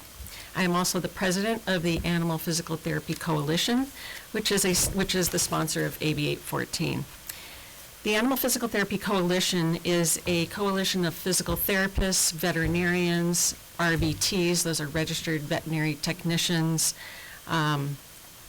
educators, law enforcement, and search and rescue handlers, and then, of course, the biggest stakeholder of them all, which is pet parents and consumers. The APTC seeks to establish common sense laws which provide for animal rehabilitation in California under safe and workable conditions. The overarching issue, in California, a veterinary can only refer to another veterinarian. So AB 814 seeks to expand the veterinarian's choices by giving them the option to refer to another licensed professional, namely the APT, the animal physical therapist. The veterinary industry is in crisis, and there's a profound access to care issue for animal health care. This will help shoulder some of the burden from the veterinarians by allowing them to refer out to another facility in the event their own hospital does not provide these essential services. Importantly, there are only a handful of veterinarians statewide that even offer these services, so they are seeking the authorization to collaborate interprofessionally. Clearly, the Physical Therapy Practice Act states that PTs can only perform on humans. It does not include animals. So PTs are not named legitimate providers of services, so we fall into the category of an unlicensed veterinary assistant when working on an animal, despite our advanced certification and skill set. Historically, unlicensed vet assistants were permitted to practice animal health care tasks under the direct or indirect supervision of a veterinarian. However, the VMB enacted hurtful regulations in 2022 that now mandates direct supervision and only on a veterinary premise. This major change in regulation put previously legal practices now in the crosshairs. To fix the deleterious animal rehab regulations the VMB put in place, a legislative remedy is now needed, and that remedy is AB 814. This measure does not encroach upon the PTBC's regulation of licensed PTs, but seeks to enact an effective regulatory scheme to authorize the sensible practice of animal physical rehabilitation by appropriately trained PTs. The APTC is working closely with staff of the Senate Business Professions and Economic Development Committee to clarify the scope and practice of animal physical therapy, the necessary educational standards, and the effective regulatory oversight and enforcement for licensed PTs to perform animal rehabilitation. We ask and hope for your support on this important bill so more animals can get the care they need, animal PTs can practice the craft within a reasonable regulatory framework, and veterinarians can have the choice to refer their patients out to help solve the access to care crisis that currently plagues California today. Thank you. And my name is G.V. Ayers. I'm the lobbyist representing the California Coalition for Animal Physical Therapy Coalition. Pardon me, I get it all mixed up there. I'm just here for questions. I have a question. I'm over here. I was just interested, I looked at some of the opposition information. I'm really happy that you all have worked really hard on crafting this to really be collaborative between the disciplines and to answer the concerns and questions. One of the ones that I was wondering how you respond to is about the physical therapists, the APTs, potentially in a non-direct supervision capacity. In other words, the veterinarian who is the supervising veterinarian is not going to be on the premises where the rehab is potentially happening. How that may put a risk for, it says, if there was something to happen to the animal, like a 911, I'm interested in understanding what that looks like and how you respond to that concern. Yeah, so when a veterinarian refers out to a physical therapist, they know whether, well, they should have the criticalness of that patient in their mind. So if it's a critical patient needing PT, those patients stay in the veterinary hospital. Those are not referred out because that wouldn't be an appropriate referral. So for those, and there are those cases where they need PT, but the patient is not appropriate for an outpatient setting, just like human health care, right? So they would go to, they would stay in-house. Hopefully that veterinary premise has those services.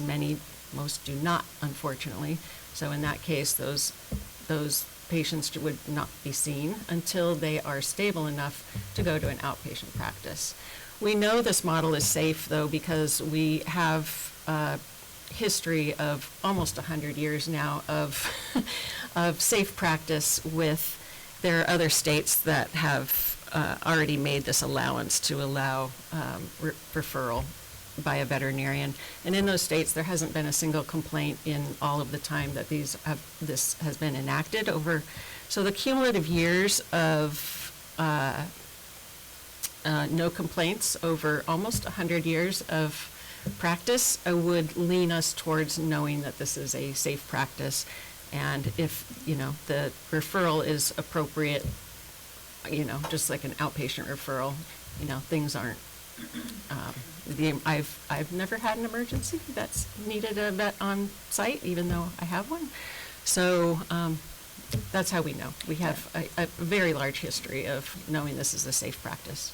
So it's based on whether or not this is a stable animal, a stable patient, whether it can go off-site or stay with Yes, and on-site it's supervision, direct supervision. That's right. And it's all up to the veterinarian's discretion. So if the veterinarian doesn't feel comfortable with it, then they don't refer. And that's true for all of it. This is for just the veterinarians that want to be able to refer. Mm-hmm. The ones that don't want to refer and maybe they don't believe in this practice, or then they don't need to. It's their choice. So it's just giving them, expanding their options to be able to, because a lot of the California Veterinary Medical Association, for instance, they are not representative of all the veterinarians now, because a lot have joined our coalition to support what we're trying to do. So it's those veterinarians that we want to be able to allow to have a choice to refer out, because those are the ones that are feeling the burden and understand our skill set to be able to help out. Thank you.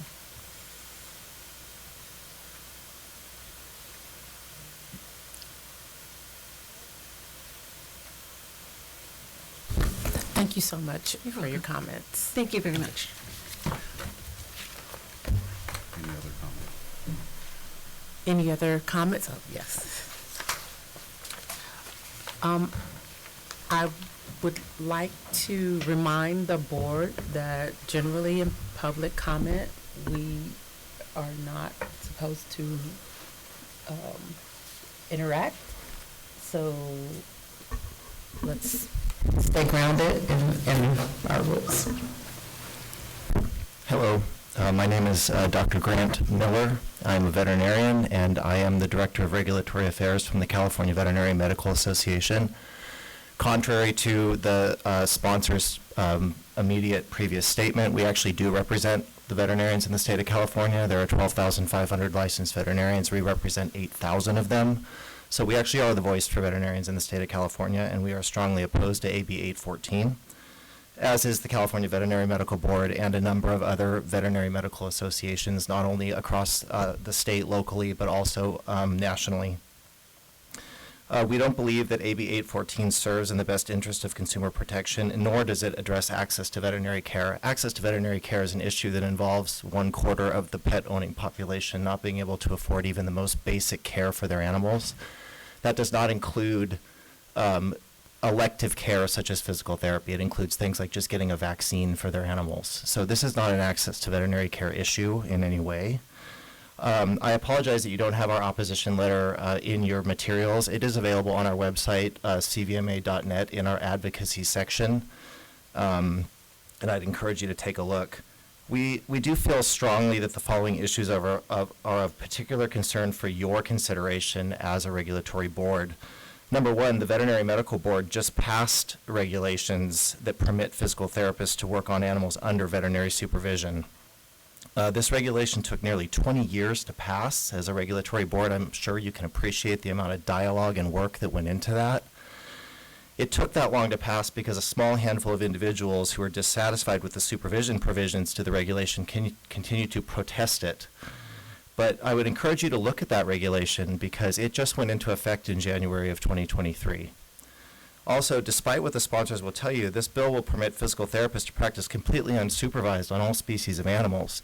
Direct and indirect supervision as defined in our Practice Act are those that take place within a registered veterinary premises that has an on-site veterinarian licensee manager. Direct supervision means they've established a relationship and they're on the premises when something happens. Indirect supervision means that they've established a relationship and they're not on the premises when something happens. But this bill is not direct and indirect supervision. This bill is by referral, which means that these physical therapists are running their own practices without a veterinarian on site. And as demonstrated by one of your board members here, things can go wrong with animals very quickly. Even if I assess an animal on a Monday and refer it somewhere on a Wednesday, something can change with that animal very quickly. We all know that physiology is very dynamic and things can happen quickly. And we are concerned also that this advanced certification is based on dogs, but they're now going to practice on all species of animals. I'm a horse veterinarian. I can tell you that there are vast anatomical and physiological differences between horses and dogs and between all species of animals. And also mention that this training is not part of PT licensing curriculum. This certification is a course that involves mostly self-guided study. There's no standardized curriculum for this course, no competency testing, no failure rates, and no regulatory oversight. So they're now practicing unsupervised on all species of animals based on a short course that they take on dogs. Finally, we're very concerned that this bill creates a disparity between a rehabilitation practice run by a physical therapist and one that is run by a veterinarian. We have many veterinarians in the state of California that offer only animal physical rehabilitation as part of their service. One of the requirements of those veterinarians who do that is that they have to have emergency drugs on hand in their practice to be able to provide care to animals that have a crisis. If a physical therapy practice is opened up right next door and they offer the exact same thing as a veterinary practice, the veterinary practice has to have all those drugs and the ability to use them when there's no way for a physical therapy practice to do the same thing because there's no trained individual in that practice to be able to obtain those drugs, know how to use those drugs, and stabilize the animal. So we're concerned that it sets up a disparity between physical therapy practices and ones that are run by veterinarians who offer the exact same thing. And for these regulatory related matters, I would please urge you to oppose this bill. Thank you. Thank you. So, Any other? any other public comment? Hearing none? Jason, you look like you have something. So just the presentation of this bill and its materials is kind of unexpected. It recently came from being what we thought was a dormant second-year bill to now an active in the second-year bill within the last week for us. So I'm sure that for the participants it may have been sooner, but this has only come to light for us and on our radar in the last several days.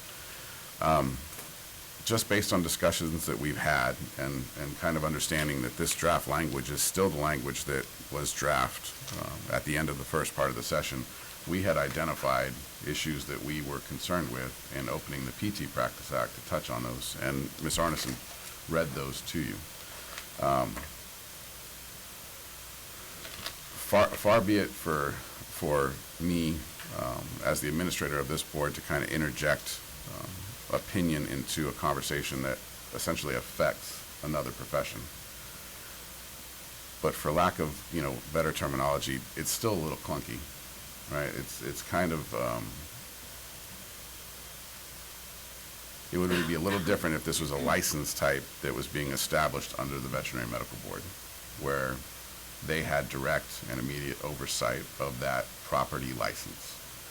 But because this is based, if you will, as kind of a precursor on the physical therapy license, there are things that are going to be decided upon by the Veterinary Medical Board that would essentially have effect on our deliberations on whether one of our licensees was still fit to practice. And so one of the 2660 additions of unprofessional conduct would essentially say that whenever a physical therapist providing animal rehab was sanctioned by the Veterinary Medical Board, that should be established as unprofessional conduct for the sake of deliberation for the Physical Therapy Board.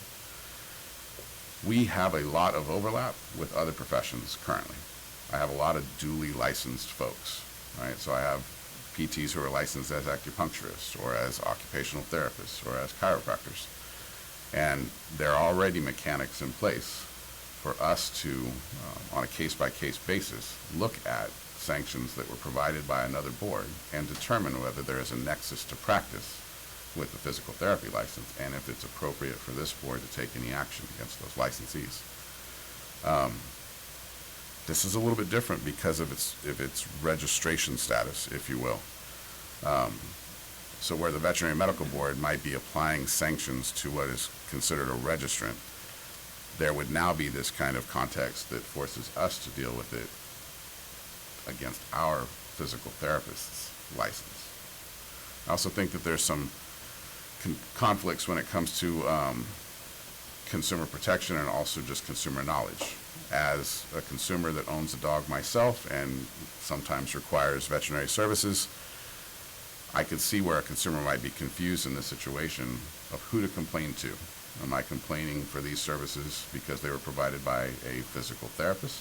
And I mean that confusion could go in a multitude of different directions, right? So I could complain to the PT board because I looked at the PT board, or at least my practitioner's license number, of which time I will then have to turn around and forward that complaint over to the Veterinary Medical Board. And so there is I think there was some maybe simpler solutions, and I realize that those simpler solutions have been discussed at great length for, as a matter of decades now at this point. But I would still say that if we're going to do it, I would still encourage to do it right. And I'm hesitant to say that we should be involved in a conversation essentially that involves a completely different occupation with a completely different consumer or stakeholder. I understand using the physical therapy doctorate level education as maybe a prerequisite to go into this field and provide services. And having said that, I think that's a layer also. If I have somebody that is a student in the doctorate level right now and they're about to graduate and this is their focus of study, do they pay both boards to provide services to animals, or should they just apply with the Veterinary Medical Board because that's where they're going to focus their practice? In this model, they'll have to attain a license with us when they have no intention of ever practicing on humans, but they potentially could because they have that training. I understand all of that. I just think it's kind of clunky. And I think the additions into our Practice Act are what I'm adverse to, at least in the topic of conversation of our jurisdiction, not trying to infringe my opinion on what is happening with the veterinary medical board.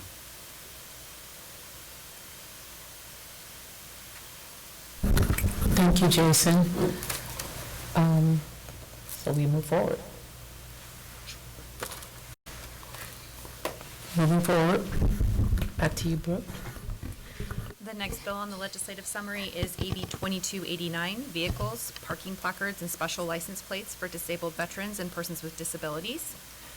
This bill would authorize, beginning January 1st, 2026, a licensed PT to certify the following disabled persons for purposes of receiving a disability placard, plate, or temporary placard from the DMV, a person who has lost or has lost the use of one or more lower extremities, a disabled veteran who has lost one hand, or a disabled person who has lost two hands, or a person who has significant limitation in the use of lower extremities.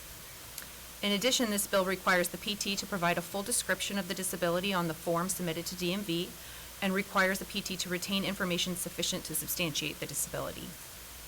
It would also require that upon the request of the DMV to make this information available for inspection by the Medical Board of California or the appropriate regulatory board. As Ms. Defoe with CPT mentioned yesterday, this bill passed out of the Senate Transportation Committee and is now in the Senate Appropriations Committee.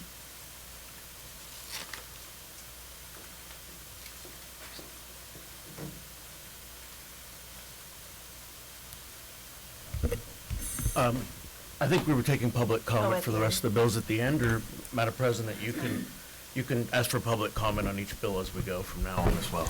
I can come back at the end, that's fine. You're here now. I actually don't have anything to add, really, just that this is, I'm Stacy Defoe, Executive Director of the California Physical Therapy Association. This is our sponsored bill, so really I just wanted to know if there were any questions, but I can come back with all my public comment at the end, that's fine. No, I think you're here, so we're good. You're good. All right. Has the board had an opportunity to review this bill and considered sponsorship at this point? I guess would be our question. So public comments, the opportunity for the public to raise comments and make comments on the bill. The board's not going to be engaging in a question and answer in terms of what we've done and what we haven't. Okay. Well, then I guess my comment would be if the board hasn't already taken a position on the board, on this legislation, the association would appreciate the board's consideration with that.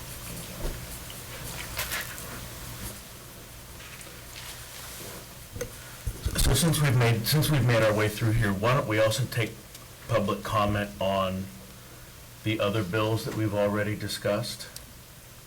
Athletic trainer. So AB 796, athletic trainers. Is that the only one? Yeah. Okay. So is there any public comment on that bill?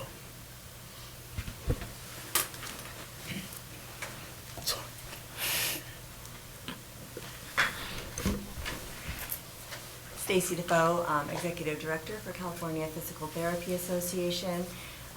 This bill is in the second year of a two-year bill, and we've learned that it's scheduled to be heard, we believe, June 24th. And so we will be working on, at this point, the bill hasn't had any edits since last year, but we are working with the author and the sponsors and to determine where it is currently, if there are going to be any changes.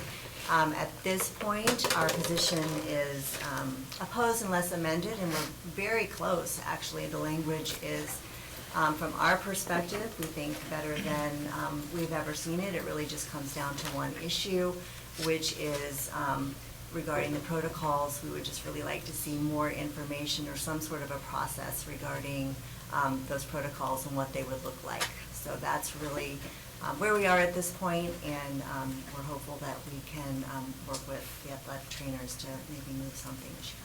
Thank you. Any further comments on AB 796? I have a comment on AB 814. Kind of breeze through that. I was wondering if the board wanted to take a position on that.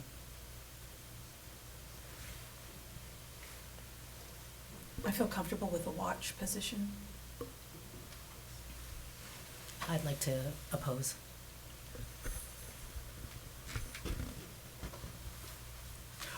Generally, a watch position is no position. We could make a motion and take that.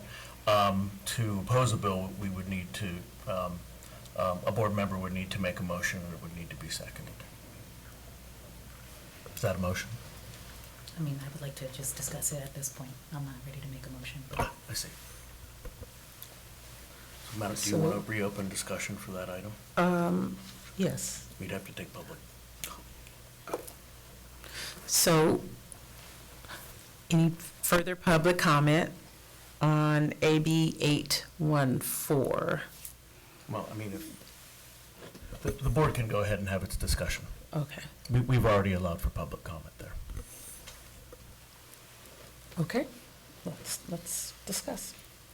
do any other board members feel like this is something we should take action on at this point? I do. I agree with you. I'm ready to have a discussion and take action. Any other board members?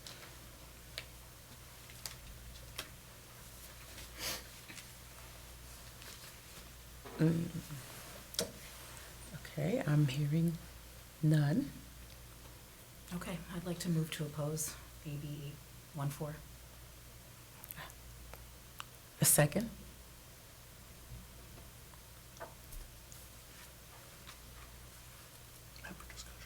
Member discussion?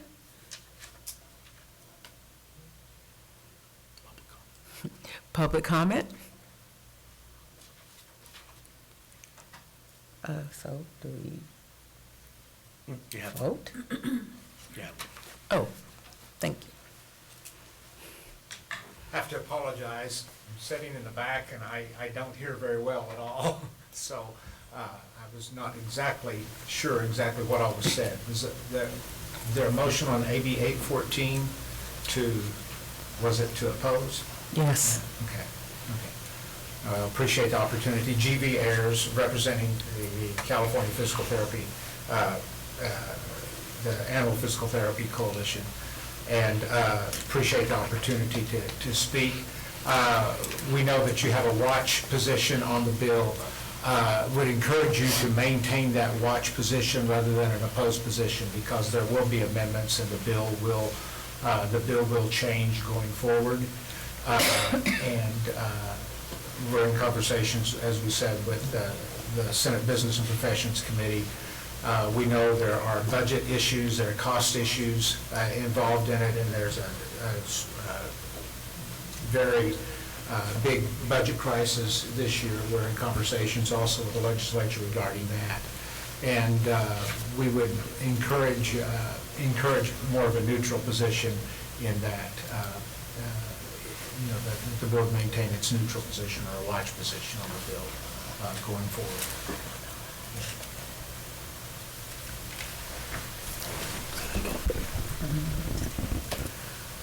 There's no more public comment, we vote. Thank you very much. Any further public comment? Anyone? Then we will take a vote. Tanya McMillian? Aye. Okay, thank you. Aye. Dale Armstrong? No. Karen Brandon? No. Katarina Ellaby? Aye. Sam Q? I got a question, actually. I don't feel like I have enough information, or whether I, which, either way, yeah, that's what I'll do. Abstain. Thank you.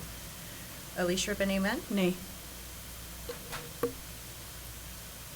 Okay, so we have 3 noes, 2 yeses, and 1 abstention.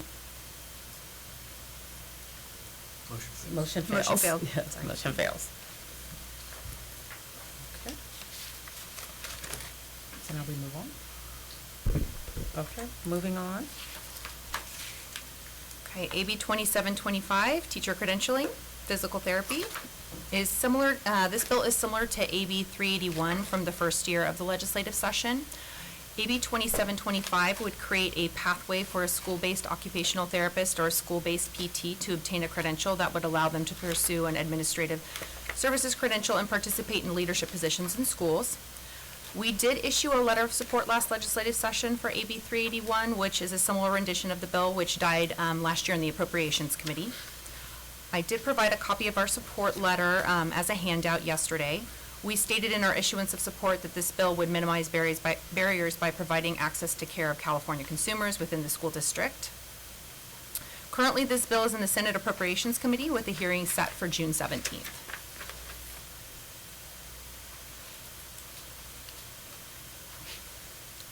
Any, since we're going to take comments, any public comment?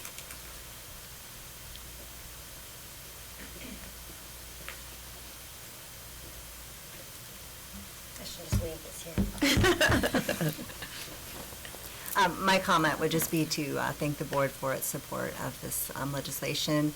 CPTA and the Occupational Therapy Association of California have been working on this for many years. We do believe that it will remove barriers for PTs in educational setting to move into positions where they can use their knowledge to influence policy. And so we are excited that this bill is moving forward. It's moved forward mostly on consent. So a lot of the barriers, a lot of the previous barriers have been removed, and we're hopeful that it will continue all the way to the end. So thank you again for the support, and I'm available to answer questions if there are any. Thank you. Thank you, Ms. Defoe. Any further public comment? No? Okay, the next bill is AB 1991, Licensee and Registrant Records, and this bill would require all healing arts boards under DCA to collect specified workforce data from their licensees and registrants at least biannually as a requirement instead of optional at the time of license issuance or renewal. Additionally, this bill requires that information to be subsequently provided to HCI, the Department of Healthcare Access and Information, for future workforce planning. The most recent amendment states that it would prohibit boards from denying an application for license or renewal solely because the licensee or registrant failed to provide any of the workforce data. Examples of the data collected required is anticipated year of retirement, area of practice or specialty, city, county, and zip code of practice, date of birth, educational background, gender or gender identity, languages spoken, national provider identifier, race or ethnicity, work hours, sexual orientation, disability status, hours spent in direct patient care. This bill is currently in the Senate B&P Committee with a hearing date set for June 17th. Thank you. Any board comment? I had a question about this. This is not currently collected? It is not required at this time. The board does collect that data as optional during the application process. However, this bill would change that and make it required at the time of application or license renewal. I was reading Sorry, is your mic on? Sorry. Green? It says it's on, yeah. Okay, sorry. I was just reading a little bit about the information from the authors. The purpose of this was to demonstrate, because this is a lot of data, and I'm trying to understand, to demonstrate the diversity of the licensees or to evaluate some form of demographic.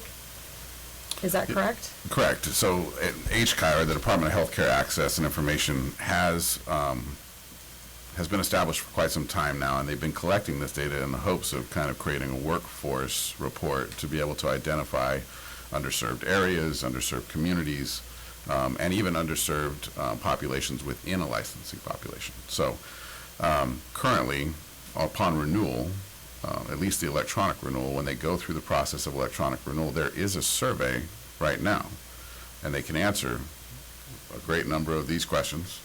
But each and every one of those questions asked, there is an option to prefer not to say or not disclose. And so this bill would change that, and it would remove that and make it a mandatory request.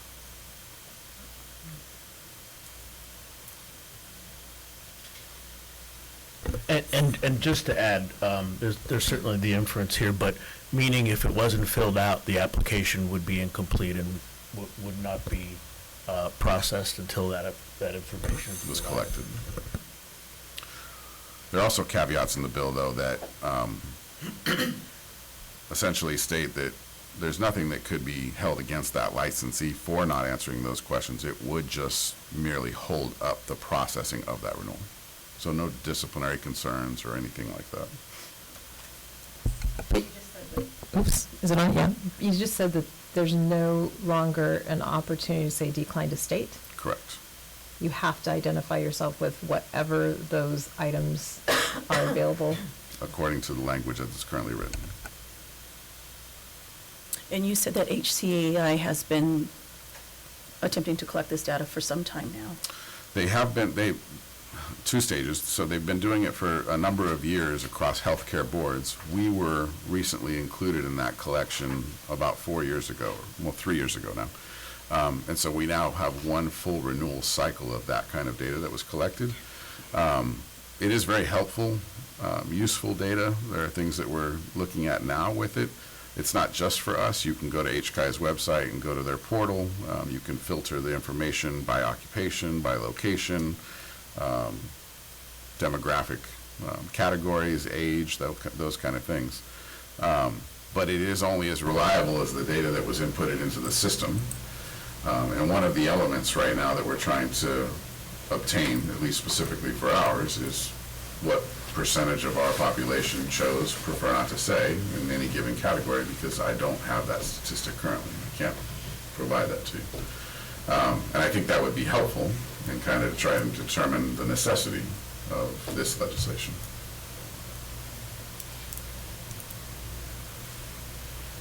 Yeah, I think that's what I'm trying to figure out is what's driving this.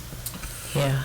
Trying to get the most accurate information possible, right? I mean, that's HCAI's main goal, is to try and really kind of understand. And if you have a large proportion of the survey, in this case, as a part of the renewal process, who just choose not to state, that information becomes less and less reliable without that participation. I hesitate because, I mean, certainly, there's value in knowing the data that would potentially give people opportunities, the resources. You can't offer resources if you don't know what the spread is on different groups. But then it can also inadvertently, even if there's not, an intention outright, that information can then be used to in different ways, right? And so that's my concern, and the freedom of the ability to decline to state is concerning, very concerning for me. Even inside of the individual items, is that how it stands right now? Inside of the individual demographic items, you would Correct. say decline to state, sexual orientation, decline to state. Yeah, it's not a generalized decline to state. It is with each Okay, survey that's how it is question. now. Correct. And they want to remove that. Yeah, I understand that we need the information, and then also I'm concerned that that would limit someone's ability to complete the application. Correct? Should this legislation be successful and pass, the new renewal process would not allow them to move forward throughout those steps. If they chose, well, they would have no option. They'd have to answer. So for each section, the choices will cover every choice there is? Yeah, as an example, you'd have the most common categories, and there are others, right? There is a box for other and an opportunity to provide what other means to you. Okay. And then the very last choice is decline to state. And so you'd still have that ability to kind of create that category, or at least establish or represent that category in your particular survey, but you would not be allowed to decline. Okay. I thought that decline to state was being removed. I didn't know that other was still going to be an option. for those questions where other is appropriate. Yeah. And then there are questions clearly that, you know, based on the way the survey question is asked, it could be the location that you're renewing for, and those locations within the state of California are categorized as regions. And so there's no other at that point, because there's actually a map that identifies those regions. Mhm. So that would be an example where other isn't applied. But in the other, some of the more sensitive questions being asked where other is represented, it would be there. Like gender identity, racial identity, okay. Any further comments from board members? Any public comment?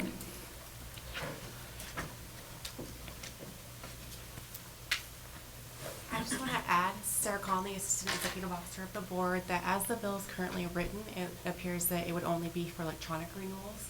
So licensees would have the option to renew with a paper application, which we do offer.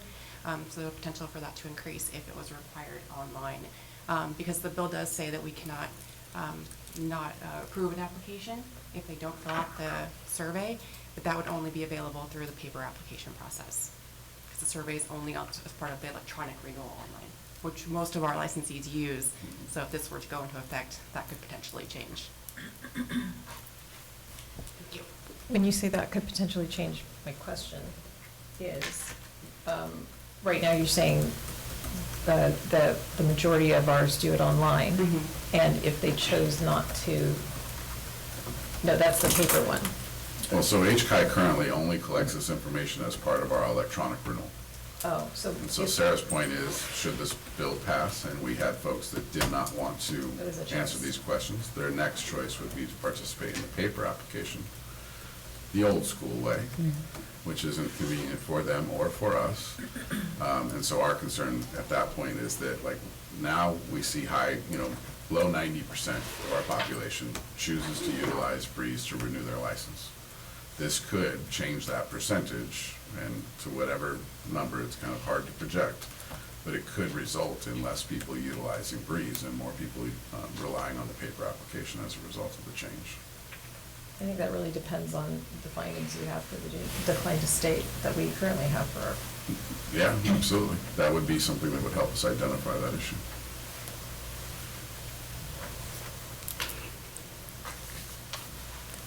Thank you.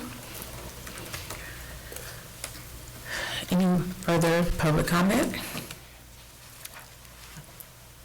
Move on.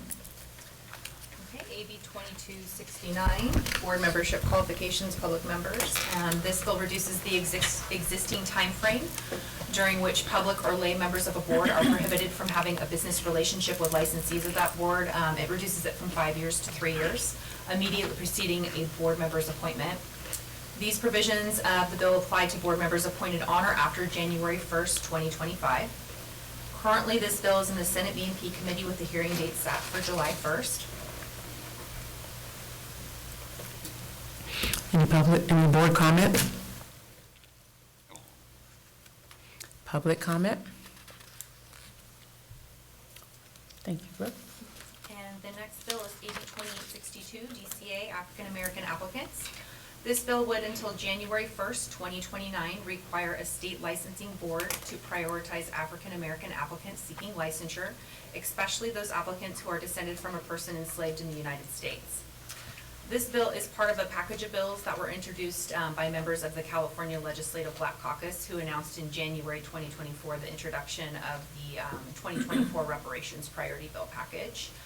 This package consists of a series of bills to implement the recommendations of a task force that was put together by AB 3121 in 2020. This task force was mandated to study and develop reparation proposals for African Americans, with special consideration for African Americans who are descendants of persons enslaved in the U.S. and numerous subsequent forms of discrimination based on race. Currently, this bill was double referred to the Senate B&P and Judiciary Committee with a hearing set for June 24th. Board comment? Any public comment? I'm just curious if we have any staff comment.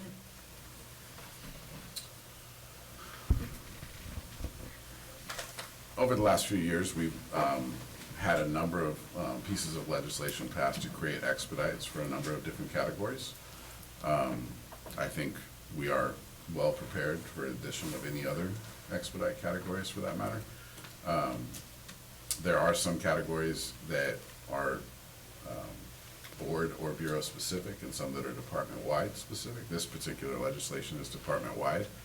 So a lot of the implementation, if you will, of the IT side of it, how it incorporates into the Breeze process for us, or say for another board who's not on Breeze, either Connect or CAS, would be handled by the Department of Consumer Affairs Office of Information Services, with each board and bureau participating in that venture. Some of the expedites that we've had in the past are more board specific, and we have to kind of do those things internally. This is something that, should the legislation pass, would be done department-wide. We would participate in that project, and they would be incorporated into the system. Thank you. Can you explain expedite and prioritize? I think it's different for one board to another. For us, essentially, it's moving that applicant to the front of the line, right? We have certain requirements of licensure that we cannot waive. It would be inappropriate to waive for any applicant. But to at least process their application in a priority is the expedite itself, right? So a good example of that would be military personnel or their spouses. We have an expediting process for that. Asylees, those kind of things. And so this would add to that list. Divert resources to make sure that their application procedure is proportionally shorter than the rest of the population. Michael Knutz, legal counsel. The legal division doesn't have a position on this bill, and I'm not going to, at this point, take a definitive, make a definitive statement on its constitutionality, but this bill raises serious constitutional issues, and because it contains a explicit racial categorization, would be subject to strict scrutiny. It would be a little more interesting if it limited itself to individuals descended from slaves, as opposed to African Americans in general. That especially language really doesn't mean much in that regard. But it still could be considered unconstitutional as having a disparate impact. That is all. And I think Michael's point is just subject to constitutional challenge. At that point, this could create lawsuits for the passage of this legislation in the future. My commentary is speaking solely as the administrator of the program and implementing the legislation. I don't see the difficulty in this any differently than I would see the difficulty with the military or the asylee style expedites. I would say that the more groups that are expedited, the less effective the expedite is, just generally speaking. And I appreciate your comments, Jason, and I'm just wondering, oh, thank you, I appreciate your comments. I'm wondering, in general, are applicants, if they've met all of the criteria they're supposed to meet, in general, they're all kind of expedite. I mean, the application process happens not only in theory, but in actuality, pretty quick. So are we looking at a difference of 10 days, or? I mean, I think it's relative to whatever board you're applying it to, right? And so this is a department-wide application for us. Our applicants have a lot of control over their application process, how well prepared they are coming into the process, how many deficiencies that application might or might not have. And that's a direct result of how quickly they could be licensed. We would still process those licenses in the order in which they were received, right? So, if you have two people who are extremely well prepared and one submitted before the other, then there's likely that person's gonna get their license first. This would change that in the sense that we would then expedite based off of this legislation or the military legislation or the asylee legislation, where they just get that first place in line in front of those folks. Days? Yes. Yeah, that's our practical situation. but I can't speak to the processes for other boards and bureaus. They have, some have very drastically different application processes than we do. So where it relates to us, because ours is fairly well smooth in terms of all the points that we assess, Mhm. to keep it that way, to keep it efficient, it really doesn't improve the speed at which someone, because it's within reason. I'm trying to understand, Right. though, in other boards, the reason why this is maybe a statewide request is because Yeah. it does impact that person's ability to practice and the time between when they're eligible for application and when they can actually practice. And that impacts their ability to make money in their profession, right? Yeah, they very well may.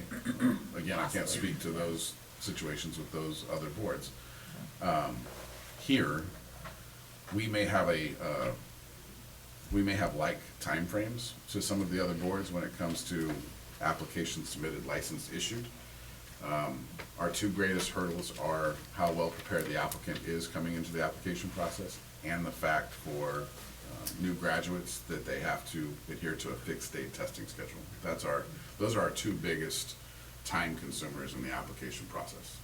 Where for maybe another board or another profession, another bureau, they may not have fixed state testing, they might have continuous testing, they may have more than one exam, they might have a multitude of pathways, different types of exams.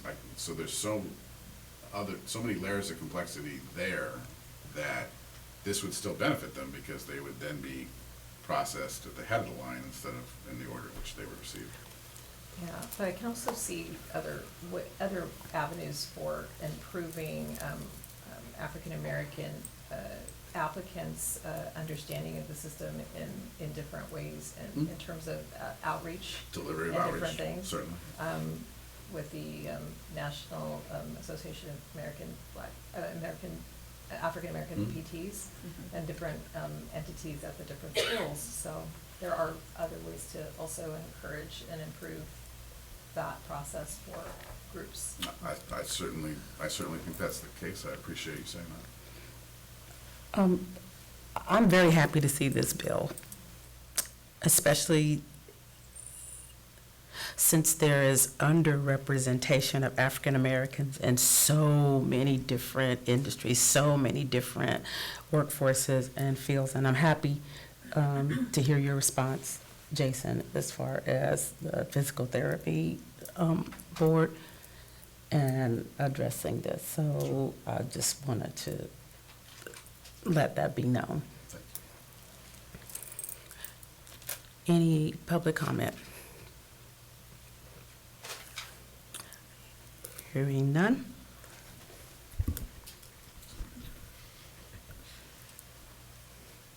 Okay, AB 3127, reporting of crimes, mandated reporting. This is a new rendition from AB 1027 from last year of this legislative session. AB 1027 was held in the Senate Appropriations Committee last year. This bill would remove the requirement that a health practitioner make a report to law enforcement when they suspect a patient has suffered physical injury caused by assaultive or abusive conduct. It would instead require that a health practitioner make a report when the injury is life-threatening or results in death, or is the result of child abuse or elder or dependent adult abuse.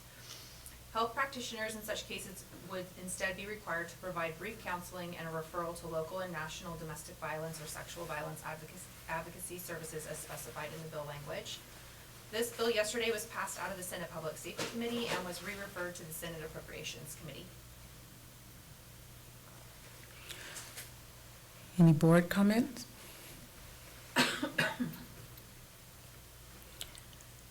Public comment?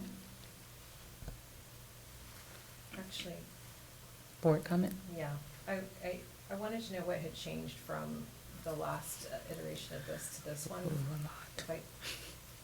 Because the last iteration, I think we did have a lot of discussion around this, and I think we eventually did an opposition letter, but I could be wrong.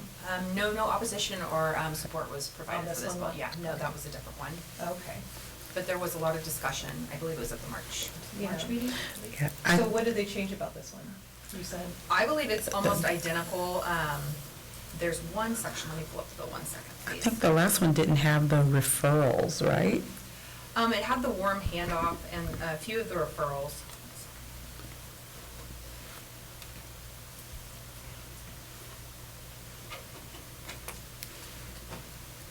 So my concern about this one is, those advocacy services, et cetera, may honestly not always be available in every situation, every area, county, et cetera. Whereas at least making the first line reach out to law enforcement or appropriate services is still a way of reducing the risk. For people who are at risk for losing their lives to DV, domestic violence, or any kind of assaults.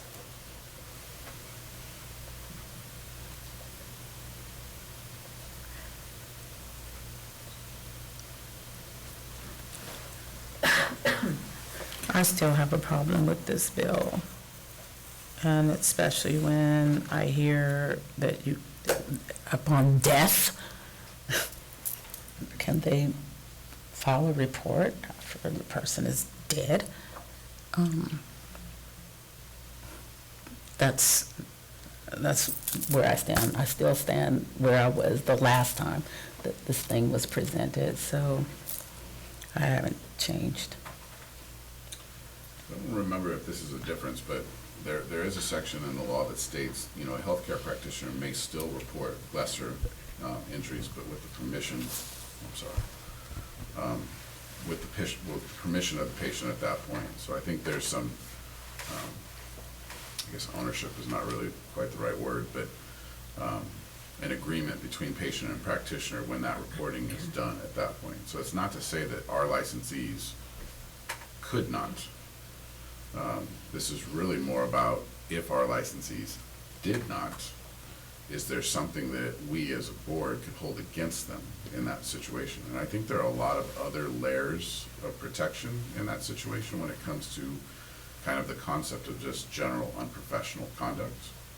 But at the same time, I'm also very sensitive to the idea of it serving as a chilling factor of patients seeking out treatment during those very kind of sensitive times after a sexual assault or a domestic violence situation, where they know that should their circumstances be readily apparent, that they'll wait to seek out those services also. I think there's a lot of mitigation and aggravation to kind of set on this scale. But one of the other elements that I think is at least noteworthy for conversation's sake is that these processes play out today with current statutes and the way that they're written. And I think that there is that kind of, that effect of, or disincentive for folks to seek out care when they have suffered from those situations, or at least seek out care immediately. Very rarely do we receive a law enforcement issue or a disciplinary issue that involves a reporting requirement that we would not also be able to apply prosecutorial discretion, if you will. That's probably not the right answer because this is an administrative process. But we would still look at this on a case-by-case basis as to whether or not our licensee failed to meet their mandatory reporting requirement. There are more than one factor to consider in those situations.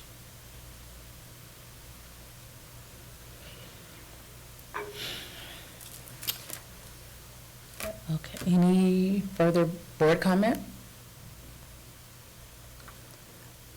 Public comment? Hearing none. Brooke? Okay, and the last bill on the legislative update is the AB 1067, Healing Arts Expedited Licensure Process, Medically Underserved Population. This bill was amended on June 12th, and we are now excluded from the provisions of this bill. With the recent amendments, this bill is applicable to the Board of Behavioral Sciences, Board of Registered Nursing, Board of Vocational Nursing and Psychiatric Technicians, the Pharmacy Board, the Dental Board, dental hygiene, and the physician's assistant board.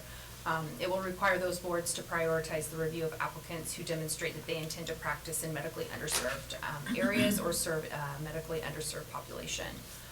Currently, this bill is in the Assembly Appropriations Committee. Any board comment? While it doesn't apply to us at this point, I'm trying to understand how they determine the intent to practice. Is that like they identified that they are going to work for a specific agency? A lot of people can intend to practice or write it on an application. I'm trying to understand how they determine it.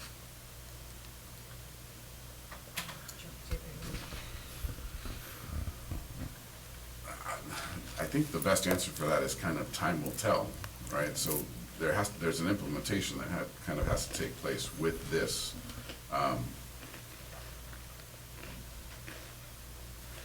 And I think it's kind of, well, are you raising your hand? I am. Okay, please. Yeah, so the bill does indicate that one of the methods to do that, I mean, and I'll just read it.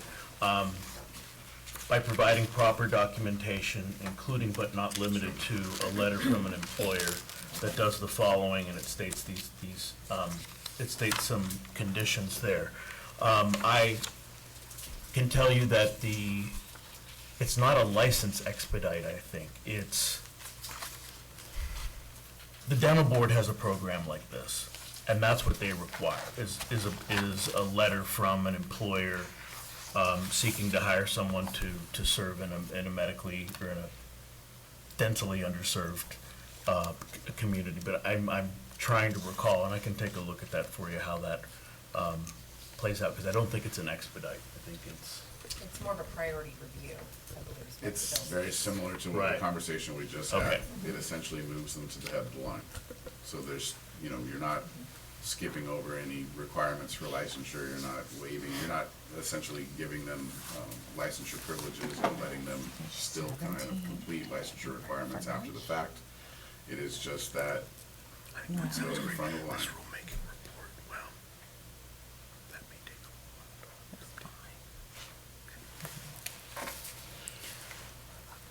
Okay, any further board comments? Public comment? Hearing none. And that concludes the legislative report. I am happy to answer any questions the board has. I would actually like to go back to AB 2725, the teacher credentialing, and I recall some of the conversation we had last year before we decided to support this bill, and I would very much be in support of doing the same thing this year, and actually would like to make a motion to support this bill and direct staff to craft language and have the president sign it, just as we did last year. I second.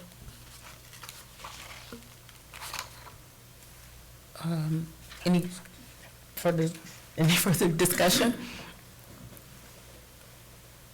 Hearing none. Public comment? Then we can take a vote. Tanya McMillian, Aye. Dale Armstrong, Aye. Karen Brandon, Aye. Katarina Eleby, Aye. Sam Q, Aye. Alicia Benjamin. Aye. 6-0, motion carried to support, to send a letter of support for AB 3381. Or actually, it's not, it's AB 2725. Yeah. Thank you, Dr. R.A. Can I do another one as well? That's fine, okay. So I'm also very interested in going back to AB 3127. I feel as though it is relevant to the level of service that physical therapists in the state of California provide to consumers. The uniqueness of the relationship offers a lot of opportunities to get to know and create a very positive rapport with patients, and that could be at times when they need to share information.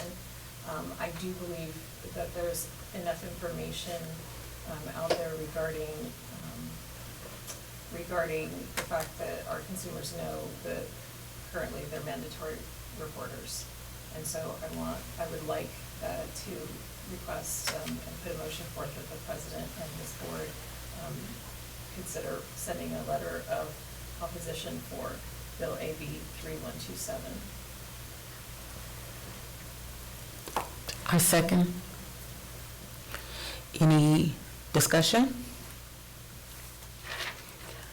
Public comment? Then we will take a vote. Tanya McMillian, Aye. Dale Armstrong, Aye. Karen Brandon, Aye. Katerina Elevy, Nay. Sam Q, Aye. Alicia Beneman, Nay.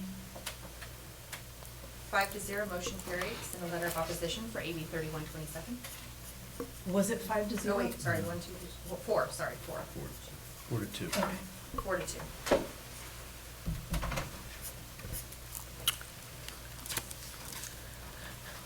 Any further board comments? Public comment?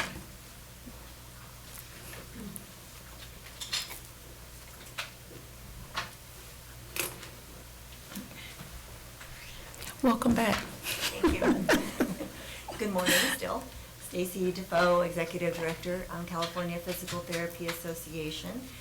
There is a bill that was recently amended that's come on our radar that we just wanted to bring the board's attention to, or bring to the board's attention, and it is SB 1451 by Senator Ashby.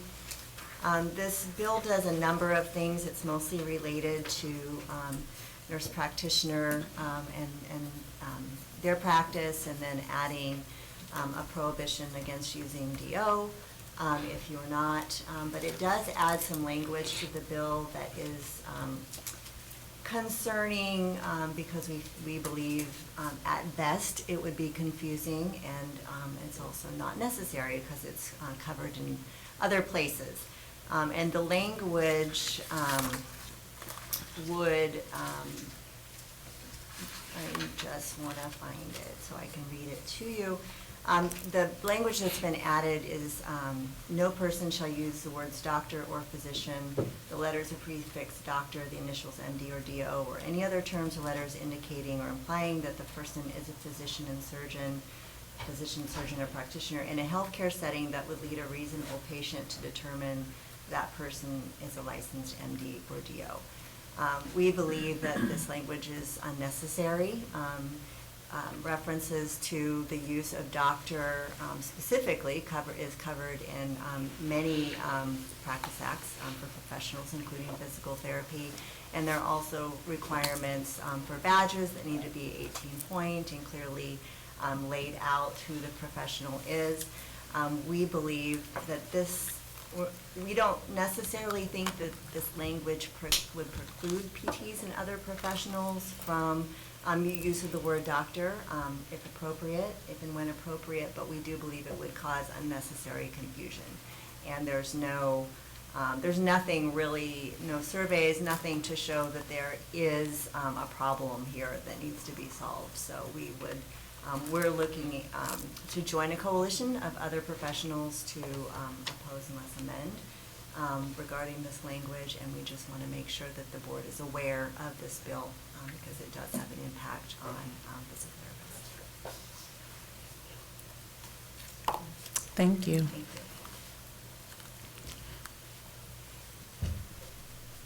you. Any further board comments?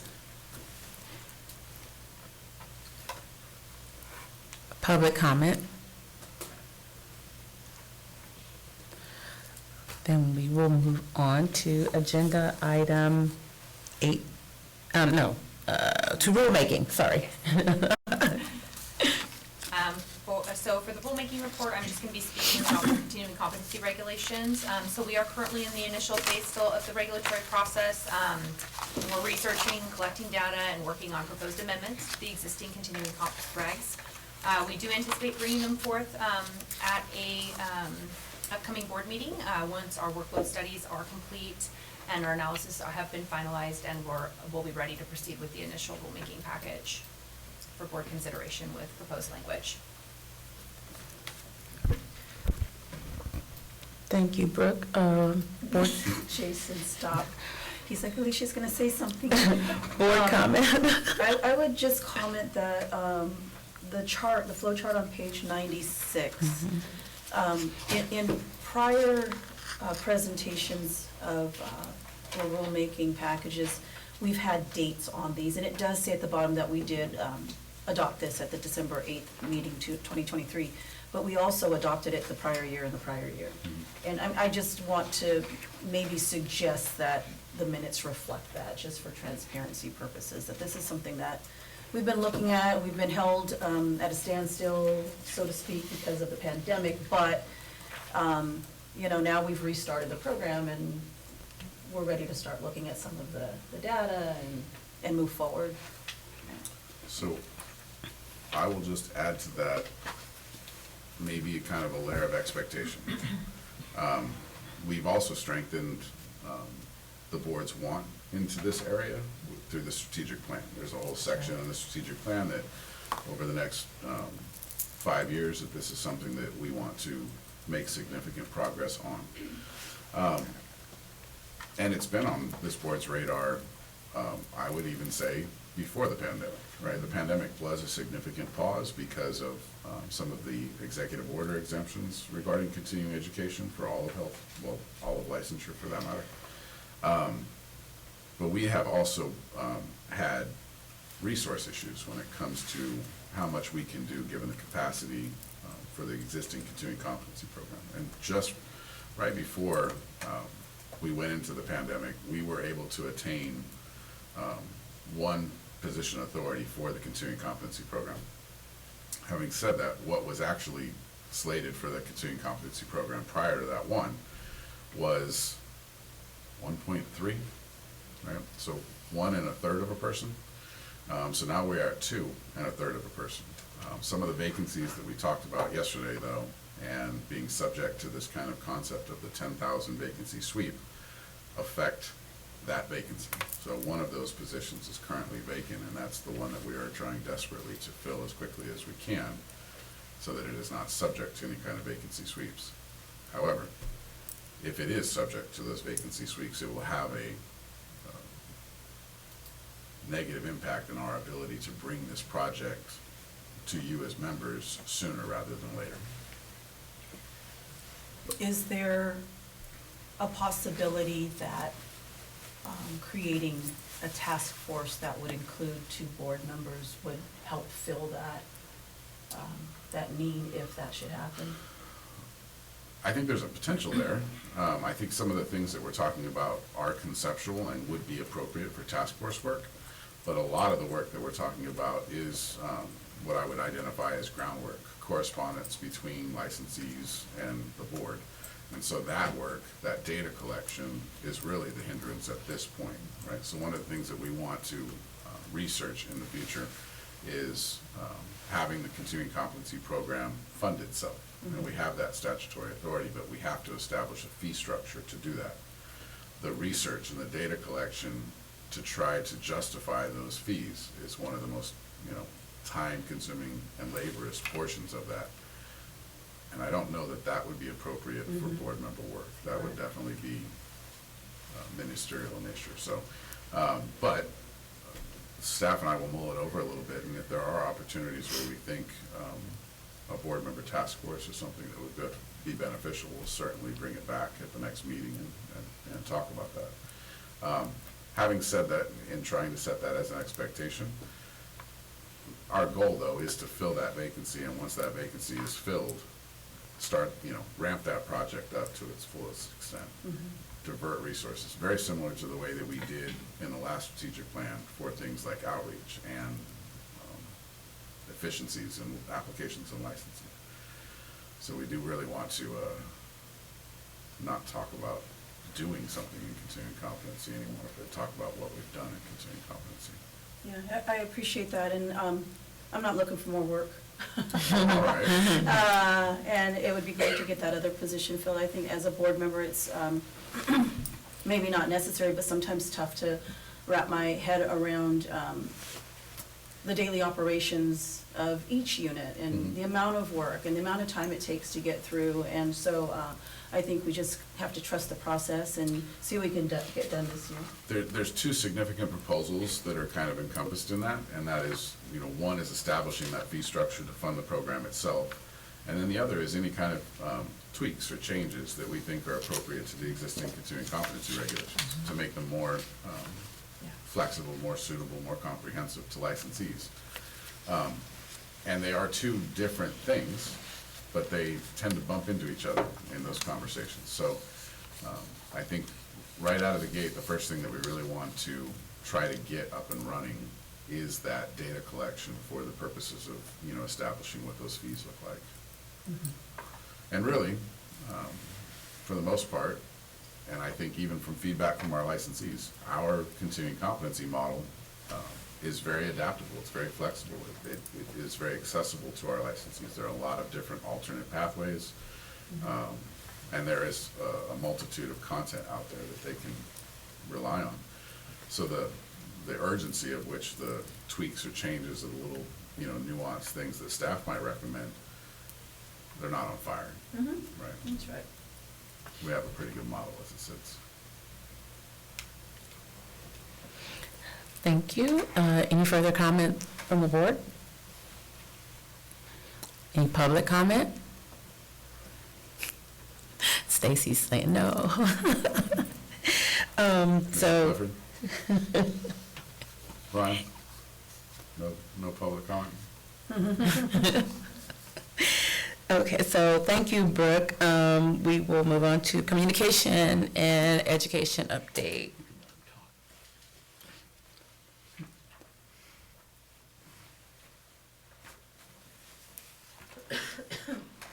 Hello. Hi, My name is April Beauchamp. I'm the Communication and Education Liaison for the Physical Therapy Board. Today I'll be presenting the outreach report. I have provided you all with the new edition of the Progress Notes, Spring 2024, that just came out, and we'll be starting the fall ones soon. For the website in fiscal year 23-24, quarter 3, the PTBC had 173,570 web hits through its website page tabs that resulted in a 24% increase from last fiscal year, quarter 3. For Facebook, the PTBC received 37 likes this fiscal year, quarter 3. And in comparison to last fiscal year, quarter 3, there was an increase of 19% in page visits and an increase of 37% of page reach, which is the number of people who saw any content on the PTBC Facebook page. This fiscal year, quarter 3, PTBC had 46% increase in page reach for Instagram and a 248% increase in profile visits in comparison to last fiscal year, quarter 3. When looking at the TikTok stats, you're going to see a huge number for the new video views and impressions, 1,810% increase. This is just because we posted a lot more this quarter 3 than we did last year, so that's why there's that big increase. TikTok also had 28 new followers and 10 new likes. And then when looking at X stats for fiscal year 23-24, the PTBC did have a decrease of people reached by 88% and a 23% decrease of page engagements compared to last fiscal year, quarter 3. LinkedIn had 2,651 page reach impressions, resulting in a 214% increase compared to last fiscal year. LinkedIn also had 216 page visits, which resulted in a 170% increase compared to last fiscal year, quarter 3. And then 37 engagements, which resulted in an 825% increase. Again, more posts. We're pushing social media a lot more. I think even bringing TikTok into it and just throwing it out anywhere we can, talking about our social media, it's really increased a lot of that. For outreach workshops and webinars during this quarter 3 for fiscal year 23-24, the PTBC provided 9 virtual and in-person workshops. Of those 9, 2 were done in person, and the other 7 were still virtual. Yesterday, there was a lot of talk about the budget and how that's affecting travel. So that's a big reason for we're still doing a lot of the virtual presentations. And hopefully that'll let up and we can start going back in person, or even trying to book, like if we go to Southern California, get like 4 or 5 schools in a 2-day visit, that would help too when we send those requests to be able to travel. So I am working on that. And then most of our PT and PTA programs, they do invite us back every year. However, there are a couple that might skip a year or 2 years. And so we are working harder. Our new goal is to try to see every cohort at least once before they graduate.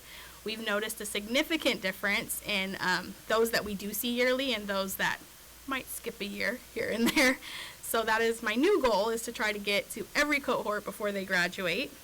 And then some exciting news is we are hoping to attend a high school career fair in the Bay Area in October. So fingers crossed we're able to do that. I am working with DCA too, and we've looped them in to see if other boards would hopefully attend with us. And hopefully by doing this, it'll open it up to more high schools and we can do more of those things. And that's about it for the outreach report. Do any members have any questions? When you say that there's a difference between cohorts that get visited and do not get visited, what's the difference in like the issues with applications? Yes, it's mostly that, even like test issues sometimes, or not understanding when to apply. We've had some students that have reached out and they applied before they even, or they tried to take the test before they even finished their program. So things like that. And when we do our outreach presentations, we do stress, wait until after you finish to, take the test. But we've had a couple of those lately. And so we're really trying to get to those schools and give them those resources. And hopefully we'll be back in person, but at least virtually it gives us that opportunity to give them those resources that we feel like are beneficial.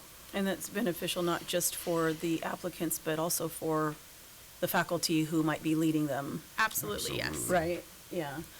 Okay. I can think of a specific example without like naming schools. There have been a couple instances where we've been able to provide outreach for the initial cohort of a school that's seeking CAPTE accreditation, which is great, right? We get in there as early as possible. But there have been a couple that's the last time that we talked to them, and they're now on their 2nd and 3rd cohort. And we're seeing the ramifications of our absence. So, but again, it goes back to that, where we started with this project in the first place. We need to make sure that that there's a value add here that they want to have to encourage us to come. And I think in those particular cases, initial cohort, they looked around, they saw that the schools that are already accredited are receiving, these. They see it in our social media posts and on the little maps that we have, and they wanted to be in it. And then they got down to business and they forgot about us in the 2nd and 3rd cohort. So, and it's not, when I say forgot about us, April makes it very difficult to forget about us, right? We're sending, solicitations and correspondence. Hey, keep us in mind. We're flexible. We're willing to provide this information. And so we'll continue to do that. I follow us on all of these. I don't care about X at all, so who cares? But I'm encouraging all of our fellow board members to like and share, and I'm so excited to hear that you're going to be doing a high school career fair. Are any board members invited to join you for it's in the that? infancies. We'll have to look at how the career fair kind of plays out. We also want, so while we were approached initially, this is something that I want to kind of involve the department in also. I think that there's potential for other boards and bureaus to be involved in that and, extend that outreach to the department-wide. So, yeah, definitely. Can you share what information you will be disseminating to the high schoolers? For us in particular, it would be very similar to the information that we provide to applicants moving forward, except for maybe some additional information about like the college education that's required, the CAPTE accreditation itself, kind of the preliminary stages that obviously our applicants are already aware of because they've already been through that process. But on a department-wide level, there may be a whole lot more information for, other boards and bureaus also. And is this a model that we might be able to implement for consumers wherever it's appropriate? I mean, I know that that's something that we're always beating our head against a wall as far as where's the best place to do that, but. This one's so consumers, well, we always identify as like consumer outreach as being the most difficult outreach. It's also kind of, I wouldn't say an easy outreach, but easy in the sense that we have the content. We have consumer-based communiques that we can put out there. This is kind of a new topic. These are, reaching down into education and trying to do early interventions. We'll have to research that a little bit more. We've never developed any kind of content for that audience before. And I think that's important to do that with the department because that's something that they're looking at doing across the Department of Consumer Affairs. So they might have, I know that as an example, Barber and Cosmetology, the Board of Barber and Cosmetology has a program where they have catered to this audience. So they probably already have content. They might also have some lessons learned and some best practices for us to be able to apply. So we want to kind of go with our brother and sister boards to make sure that we're doing something that's in alignment with them. I've done several presentations to high schools and even to middle schools.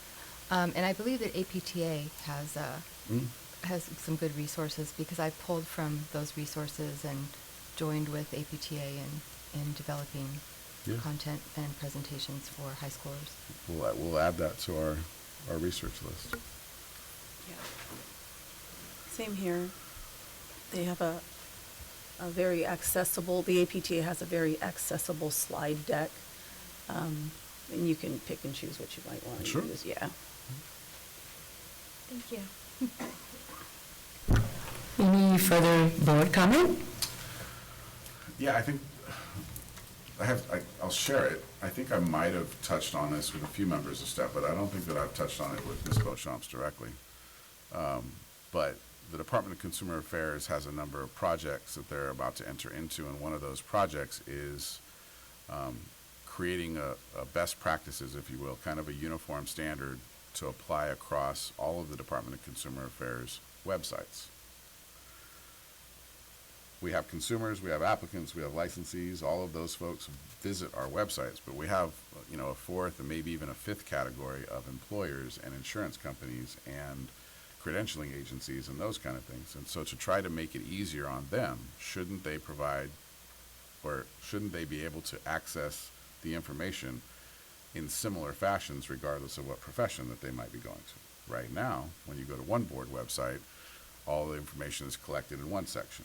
And then when you go to another board's website, it has, evolved in a completely different way. And so it's a matter of kind of trying to solve those situations.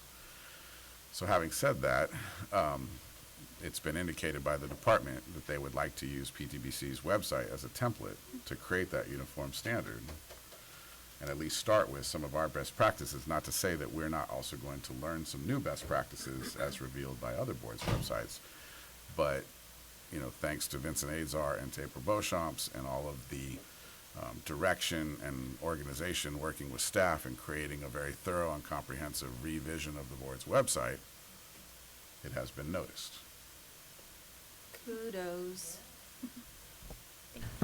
I love it. Thank you, April. Thank you, Vincent, too. You guys are a dynamic duo. Look at that. Any further board comments? Any public comment?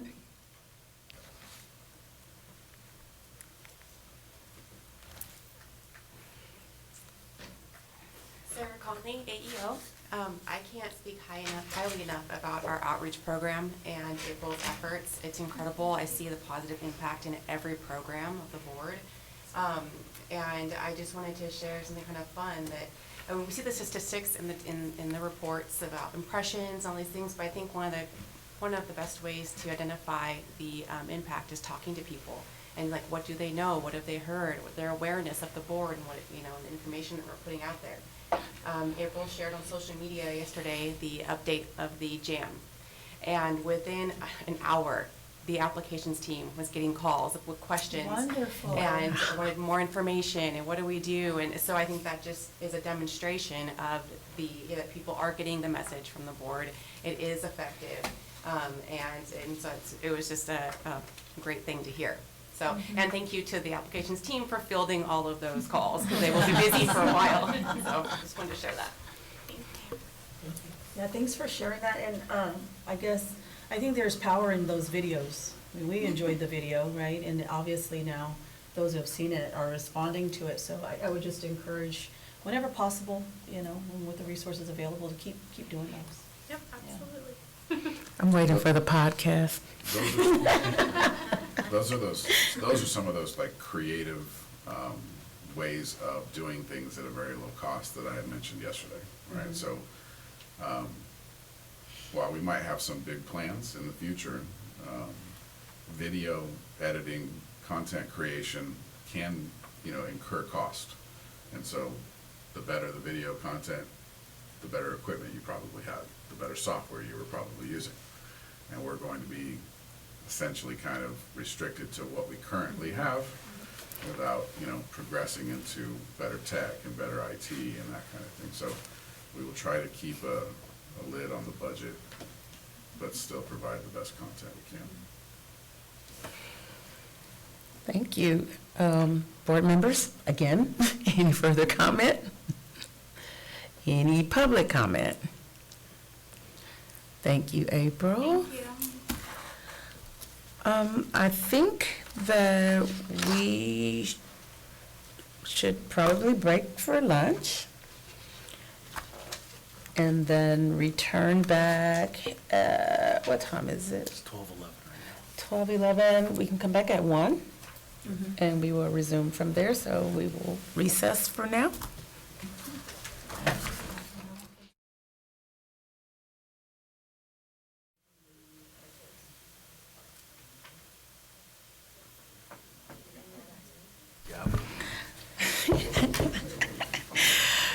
Okay, welcome back, everyone. We will start our meeting back. It is 1:00. So we'll pick up where we left off at agenda item number 18, Administrative Services Update. Ms. Constancio?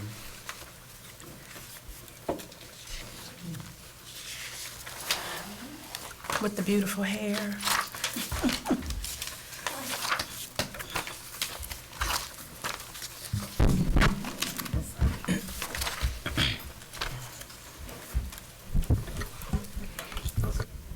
Yeah, I got it. Just let me know if this is okay. That was okay? All right. Hello, my name is Liz Constancio, and I'm the manager for the Administrative Services Unit at the Physical Therapy Board of California. First, I'd like to thank the board, Madam President and Madam Vice President and the members of the board for providing me the opportunity to report on program updates on behalf of the Administrative Services Unit. Let me get situated here. Some background. The Administrative Services Unit is designated 7 positions, including myself. The admin unit is responsible for essential administrative and business service functions. These functions include, but are not limited to, asset management, ADA compliance, information technology, and I'll just name a few because I'll be here all day. Personnel procurement, travel, training, and so on.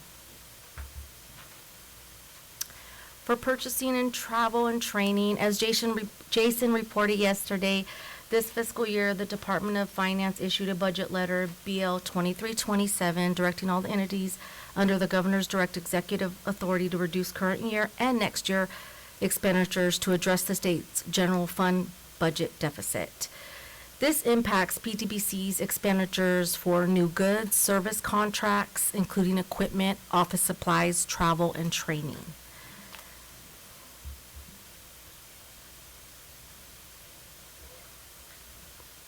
I apologize for the delay. I'm scrolling for my notes. I'd like to thank the admin staff for doing such a great job working through this, for meeting the budget letter requirements, and the DCA staff, particularly Robert Delos Reyes at the Budget Office, Business Services Office, and the DCA's Executive Unit. They have been really helpful in getting our request moved through the channels in the approval process. Also, as Jason explained yesterday, there has been some setbacks with getting essential equipment, as well as delays with getting general office supplies and equipment, as the processing times have increased because of the freeze exemption process. So, like Jason talked about yesterday, there's certain approvals that need to go through that business process, including ours, admin staff. When we get requests, we're actually looking at those requests, seeing if they meet the budget letter requirements, and then we move forward and just put it up the chain of command, if that makes sense.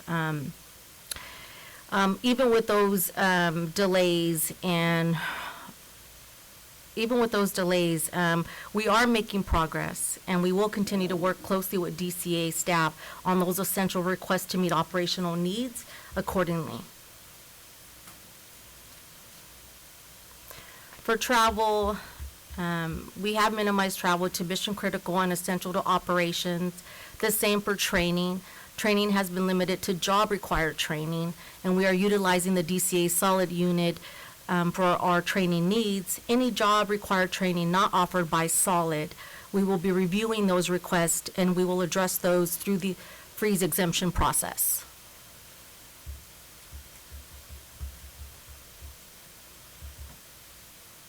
I am pleased to report that the PTB staff members are in compliance with their mandatory and training reporting requirements as of today. For personnel, the PTBC has authorized 29.1 positions. During quarters 2 and 3, the PTBC had approximately 5 vacancies, and we made 5 appointments. Keep in mind with, we don't typically have such a high rate of vacancies, but Jason did touch on this yesterday, when sometimes when we have transfers, it does create another vacancy. So I just want to make that note.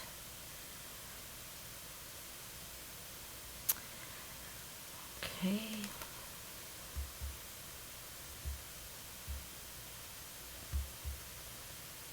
And at any point, if you have questions, please feel free to ask.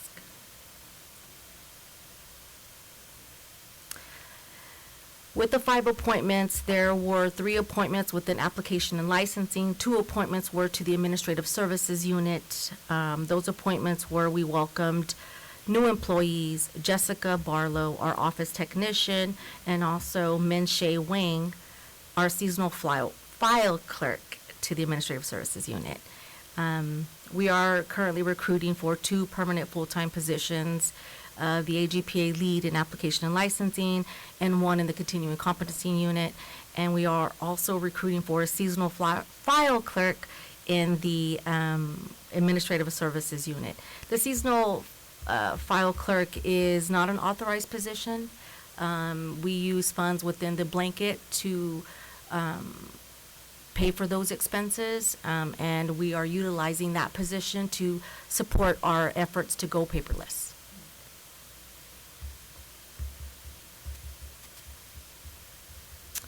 Asset management, currently our IT support, Vincent Azar, is conducting our annual audit on all PTBC assets.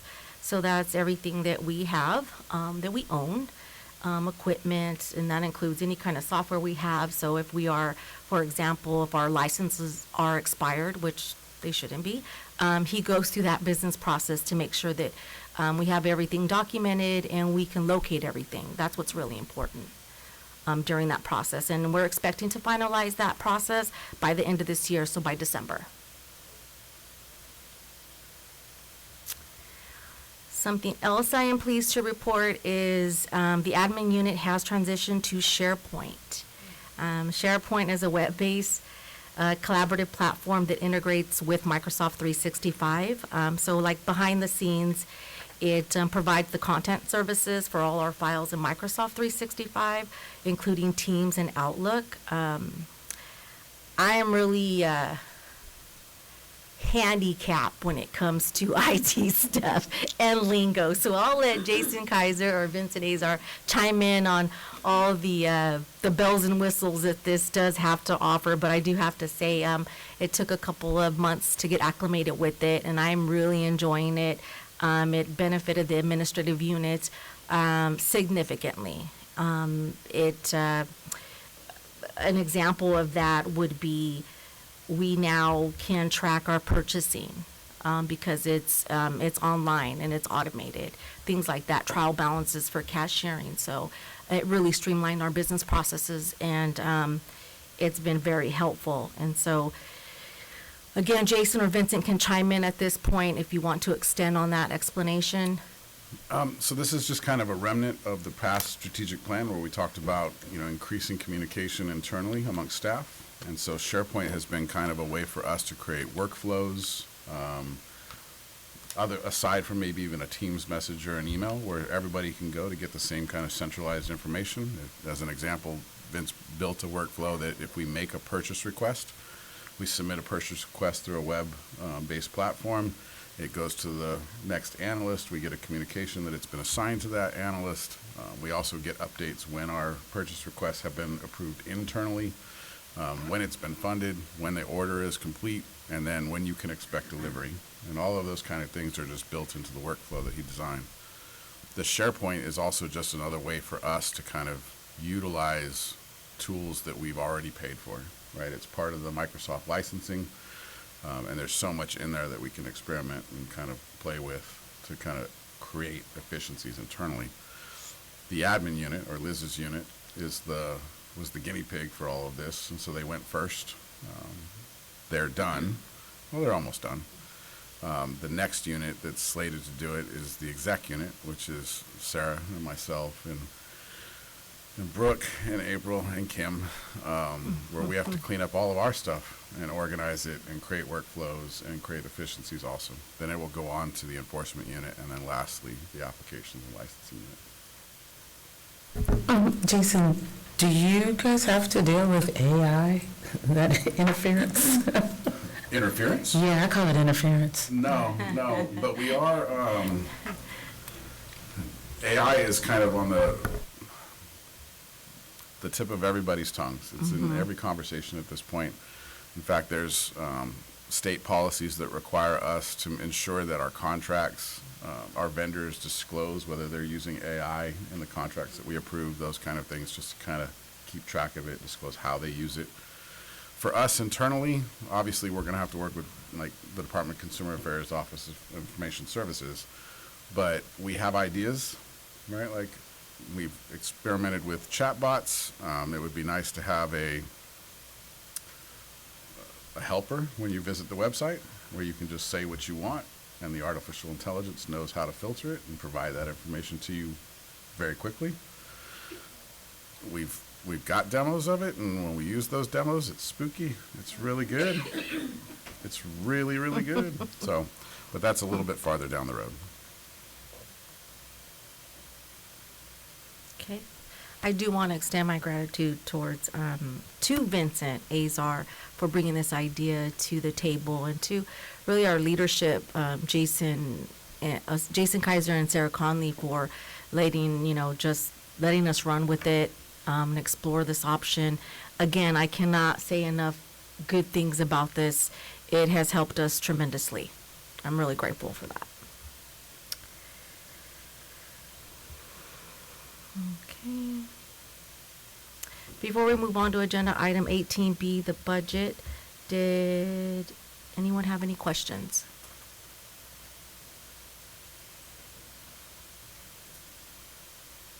Okay.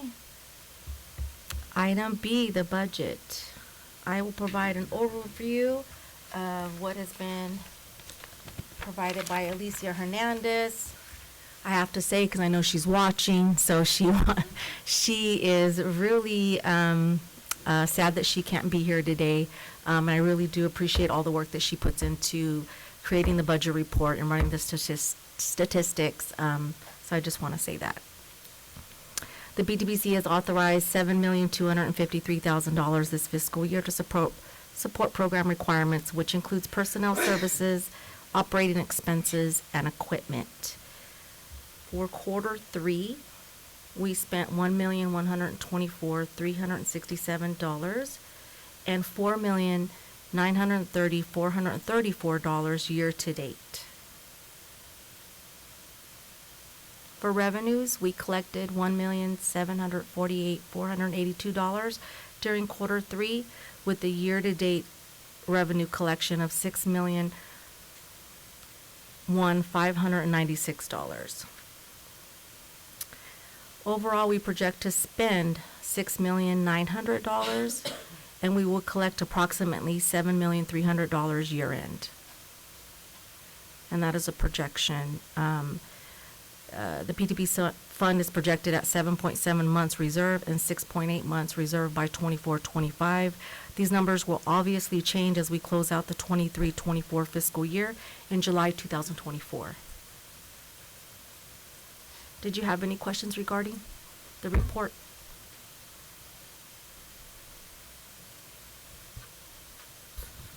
For the budget changes that are coming, do we have any estimate as to, is the overall budget gonna be curtailed?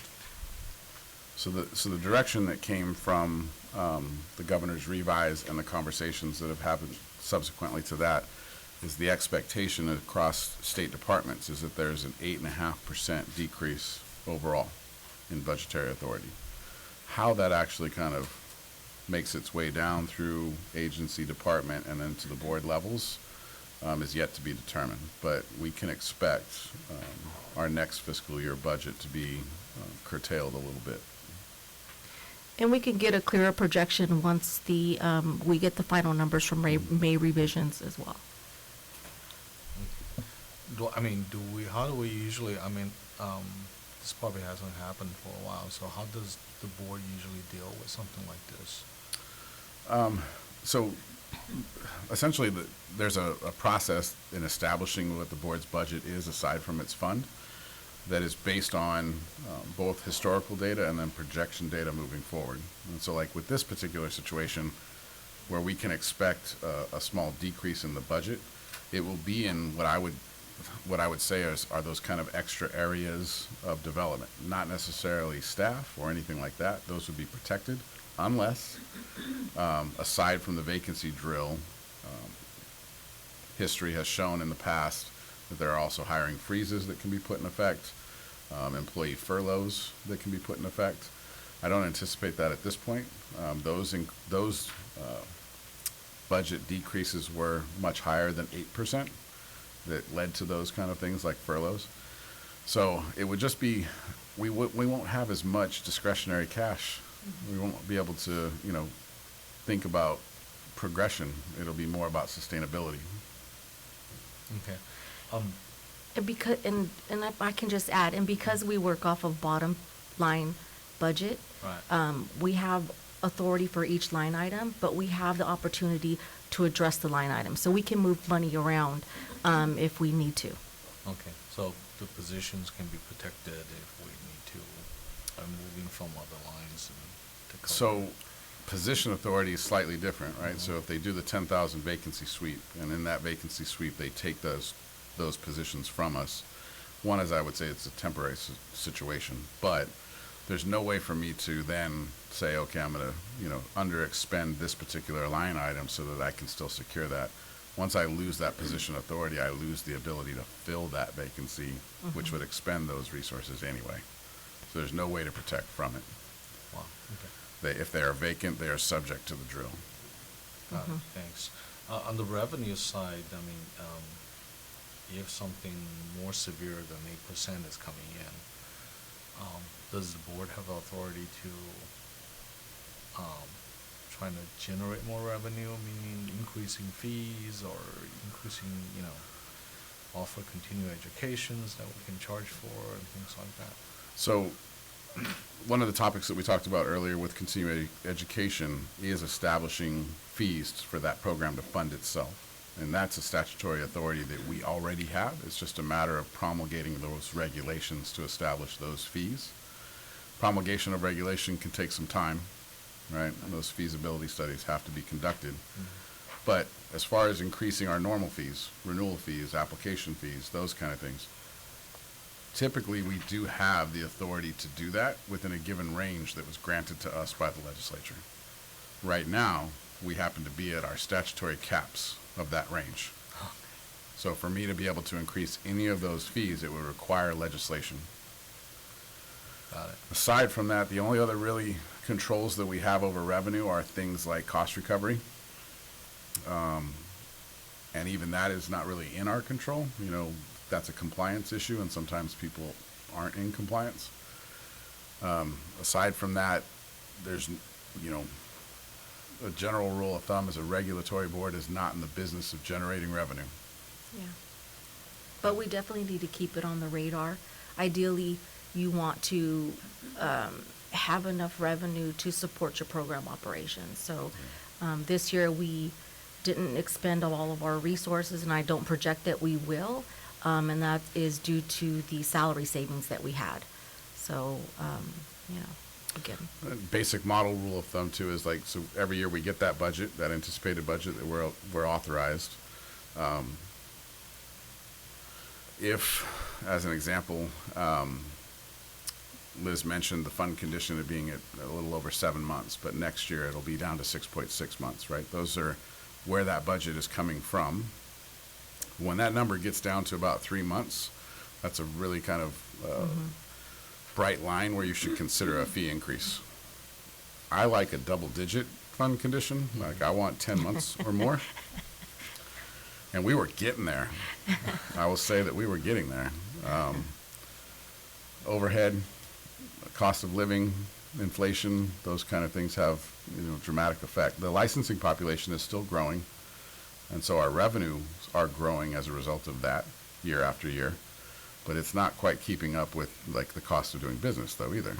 So in our last 2 sunset reviews, we did ask for our statutory caps to be considered, not a fee increase, but just the increase in our authority to increase fees.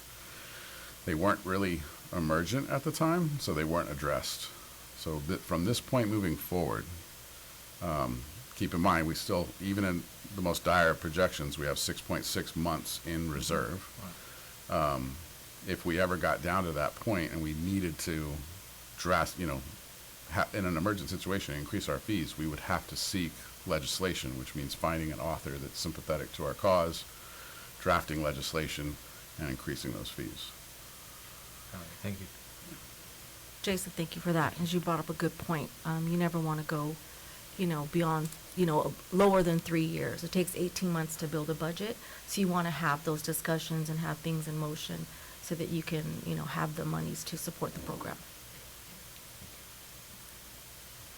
I have a question about the OPES contract that we're entering into. What line item would that appear under for the expenditure report? And then also, what were the payment terms for that contract? Is it a set amount up front, or is it spread over the course of 12 months? So, 1, I don't have the final contract in front of me.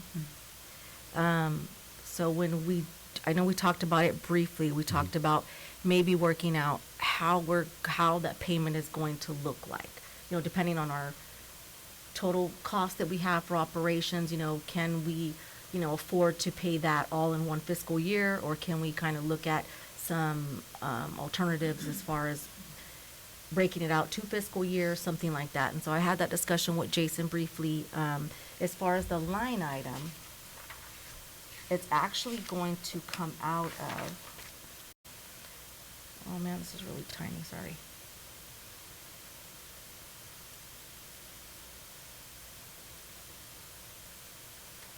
It should come out of CMP Services internal. Okay. Because it's a separate thing from pro rata, it would go there. That's where you'll see the deduction. I see. Okay. So just to answer one kind of layer further is that, so it's right around $110,000 in totality. Right now, it's currently scheduled to come out of the next fiscal year's budget. There's really no argument for me to make as of yet to say that it needs to be split up from one to the other, because historically speaking, I've reverted well in excess of that over the last 3 years, meaning I've underexpended the budget by anywhere from 6 to 8%, and so there's more than enough to cover that. So it would be convincing OPES that I need to be on a payment program when they're like, Yeah. you can afford it, dude. You know. Yes. Thank you. Thank you. Any other questions? Any board comments? Any public comment? Hearing none. Thank you, Liz. Thank you. For the record, and I should have done this before I called, you're fine, Liz, before I called you up, let the record show that Dr. Brandon has left. She had to leave early, and so we still are maintaining quorum, and so we will continue to move forward. Moving on to agenda item 19, licensing services update.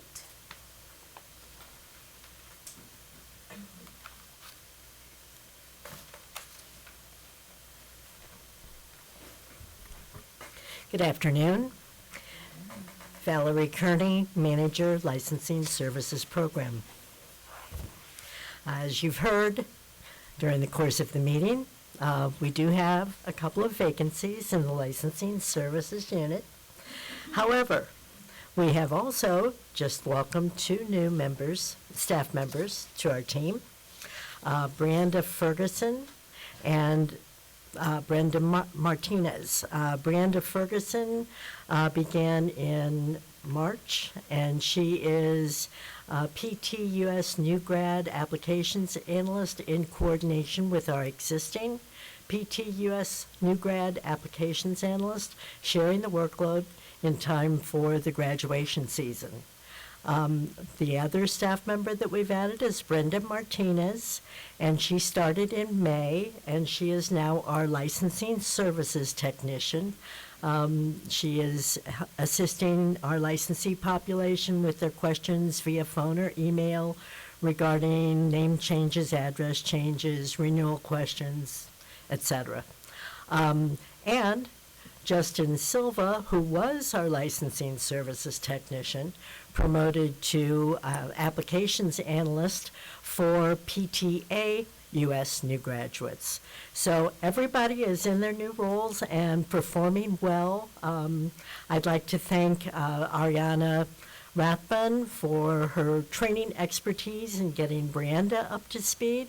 I'd also like to thank Justin and Veronica and Teresa for helping Brenda Martinez learn her role, and especially Paul Rowe for teaching Justin the ins and outs of PTA applications, and also for having taken care of PTA applications for the last 2 years until we could get somebody in that place. Application services, initial license applications received decreased by 7% from total fiscal year 22-23, quarter 1 through quarter 3, to total fiscal year 23-24, quarter 1 through quarter 3. Of the 1,862 initial applications received, quarter 1, quarter 2, and quarter 3, 91% were U.S. educated, and 57% were exam applicants, and 43% were by endorsement. Foreign educated and military applications were 9% and 2% respectively. We seem to have a theme of exams here today, and I kind of just wanted to call attention to the exam stats. Excuse me just a moment. So if you look at accredited PT program, they went down a couple of percentage points to 78%, but they are absolutely in line with the national average, which is also 78%. If I were to speculate, I would say that is due in large part probably still from the COVID and the remote classes and such that they were taking. They probably didn't get the leadership they needed to do better at the exams. And then, kind of funny and not, if you look at I'm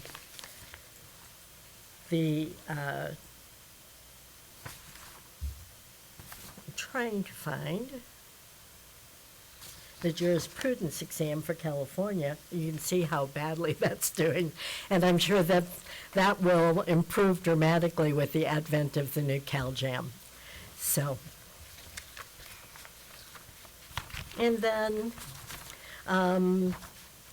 license maintenance received and completed 74 retired status requests in Q1 through Q3 for this year, with an average processing time of 1 day. The 74 retired status requests received is down 4% from the 77 that we received during last fiscal year, during the same time period. And beginning in Q2 through Q3 of 23-24 fiscal year, continuing competency has been focusing on catching up on licensee audit backlog due to the analyst position vacancy. And we are recruiting for that now. We are also recruiting for the applications analyst lead position. Interviews for that will begin within the next 2 to 3 weeks. Any questions? Just a comment. I see on your report there is a 43% endorsement, 57% exam. That just stands out to me how it's almost 50-50. Wow. Yeah. We've had a lot of conversation about this, haven't we? Yes, we have. It is, I think part of that might be kind of written off to like the capture of time of the data. We're about to enter into a very busy period for the year of license issued, right? So, but having said that, that's still a tremendous amount of endorsement applicants coming into the state of California. Yeah, the last couple of weeks, new grad PTs, for example, have averaged about 40 applications a week. I think we had 1 week where we got 52, but typically they're right around 40. And whereas endorsement has been averaging about 22. Mm-hmm. And that's not counting foreign educated in there at all, U.S. grads. Which is a whole nother topic. Yes. Oh, my goodness. Yeah. Okay. And they're not seasonal like new grads. Right. You know, they're all over the place. Right. Any further comments or questions from the board? Any public comment? Hearing none. Thank you, Valerie. Thank you.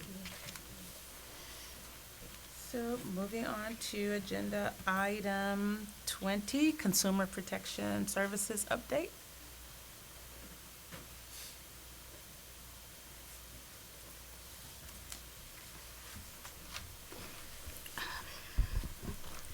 Christy Livermento, Enforcement Analyst. Hello, board members. As previously reported in the briefing paper, the CPS staff continues working on various complaint investigation processes. Some of these processes include preparing cases for investigation by the Division of Investigation, preparing cases for review by expert consultants, and transmitting cases to the AG's office for disciplinary action. We're still working with our new staff members in training on those areas.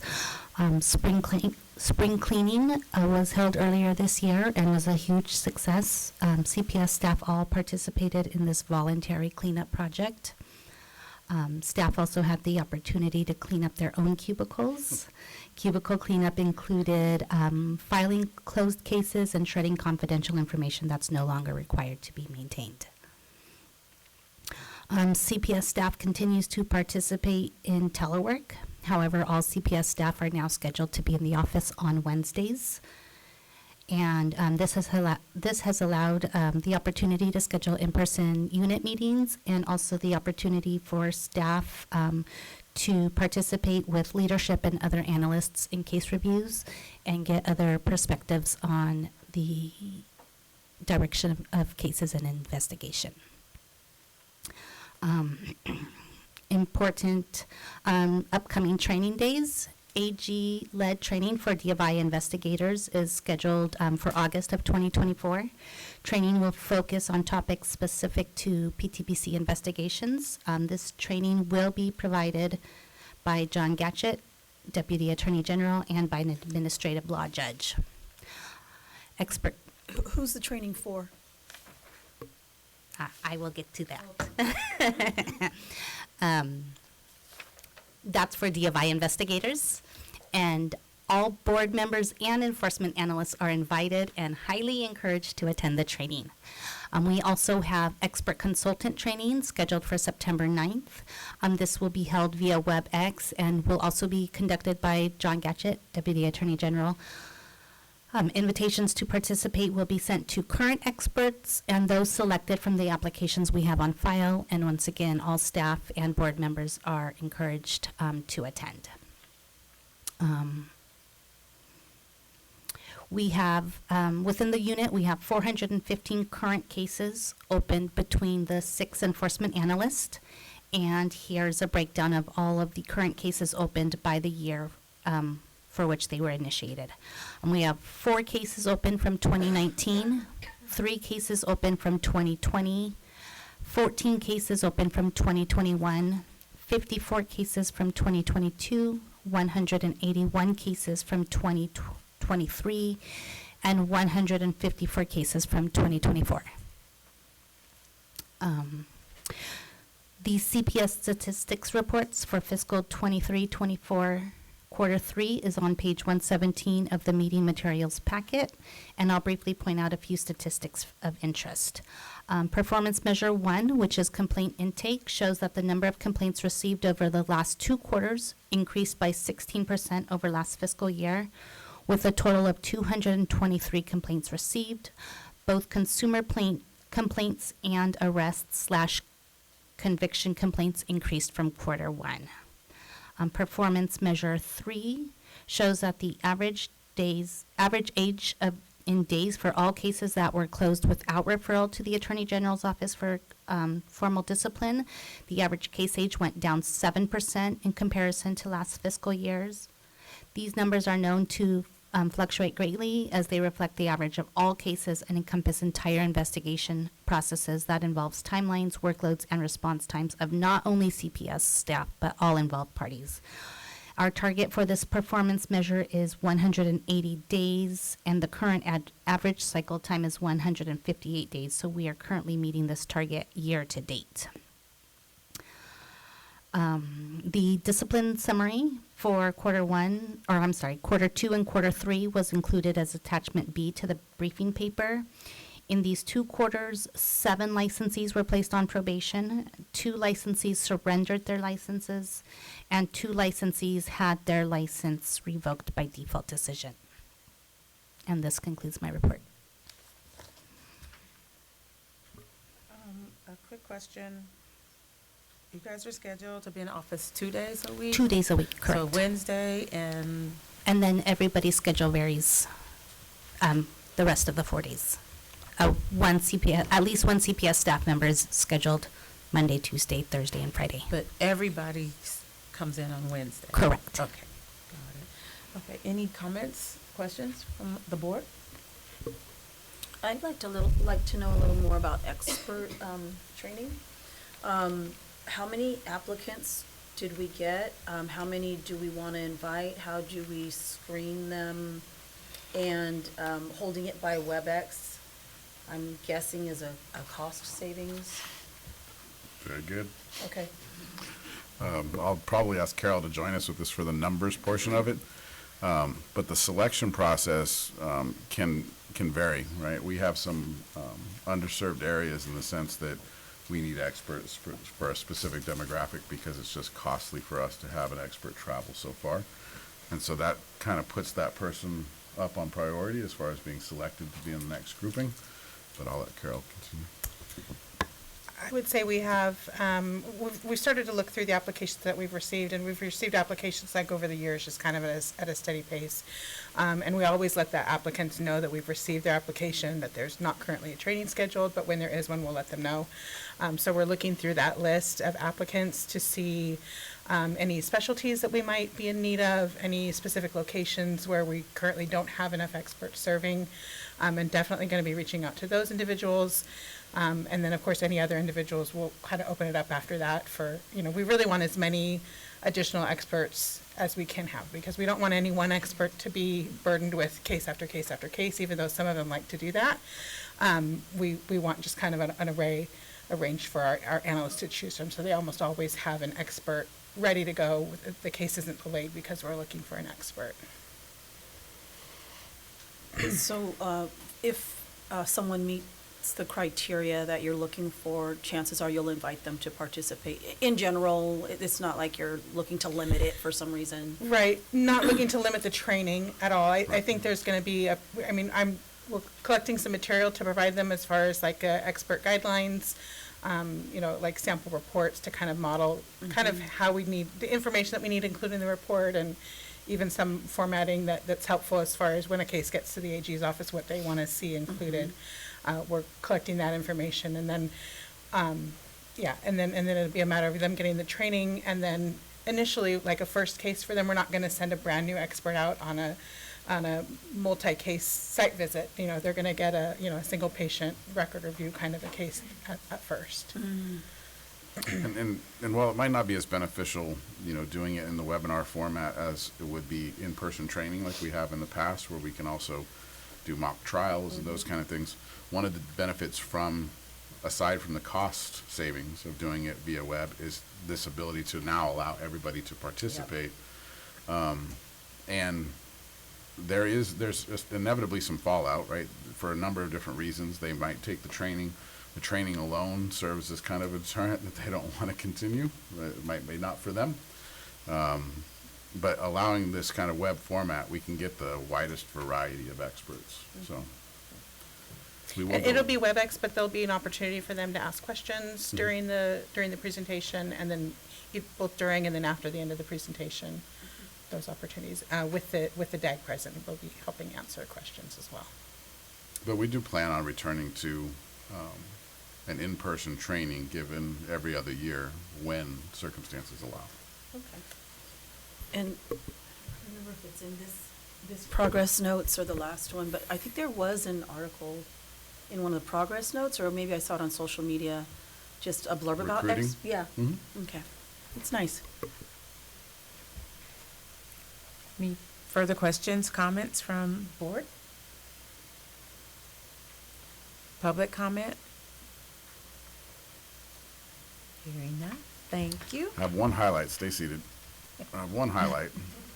Since I've already kind of brought up remnants from the previous strategic plan, one of the things that was brought up in the previous strategic plan was the currentness of the board's resource manuals or procedure manuals in all of the different units. And we focused on that in all of the different units. The CPS procedure manuals is probably the best example of where that work has been done and has been done so well that, and if you guys, for those of you that were with me during that period of time, one of the things that I said was we were going through transitions with Breeze, we were going through this, I mean, all these different systems were changing. It's not time to create a procedure manual. We don't even know what the procedures are going to be. Now we're past that point. And having the manuals that we do is such a benefit to, I'm sure, staff, but to me, so that I don't look like I'm asking dumb questions any more than I already do, but also providing those procedures to other boards and bureaus when they ask for them. You're the source. Which I love doing that. Like, yeah, I got that now. Here you go. That's kind of good. It does. So thank you for that. Thank you. Love it. Thank you. Okay, moving on to agenda item 21, probation monitoring services update.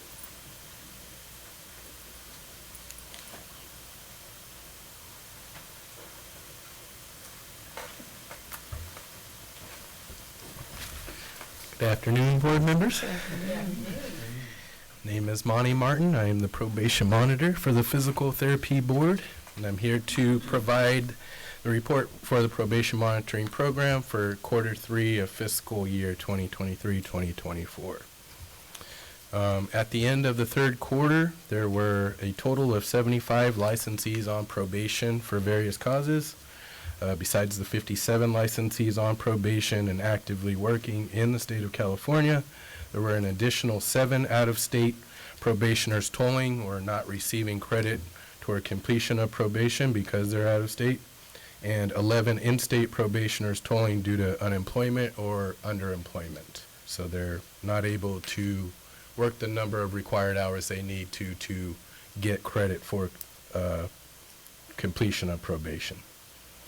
4 other licensees were placed on probation in the quarter, and 2 licensees completed probation successfully in the quarter. Of the 57 licensees that are not tolling in the state, 10 were enrolled and participating in the board substance abuse rehab program at the end of the quarter, equaling about 18% of all the licensees in state on probation. There were 3 licensees enrolled in Maximus in the quarter, or the rehab program, and 0 licensees successfully completed the program in the quarter. There were 2 instances of major non-compliances with probation. Additionally, there were 6 instances of minor violations, which were handled by sending warning letters to the offending licensees. You have an Excel chart there to visually see all the data I just gave you there. That's about it, unless you have any other questions. Any questions, comments from the board?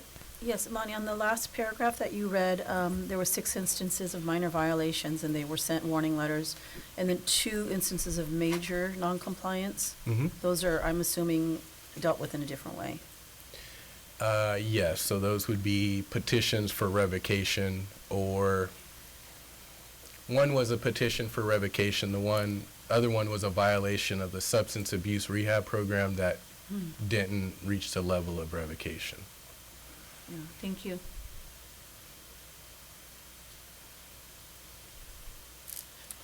Monty, for context, can you give them an example of what the minor violations might Those look would like? be sending in your quarterly reports late, maybe missing a scheduled interview, something like that.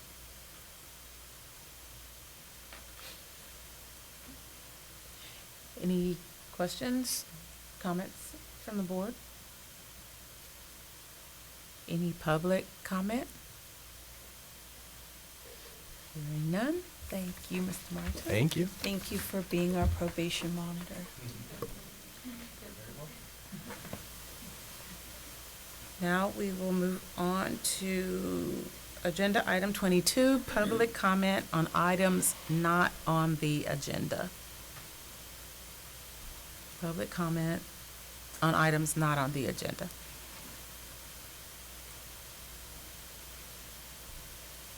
I am hearing none, seeing none.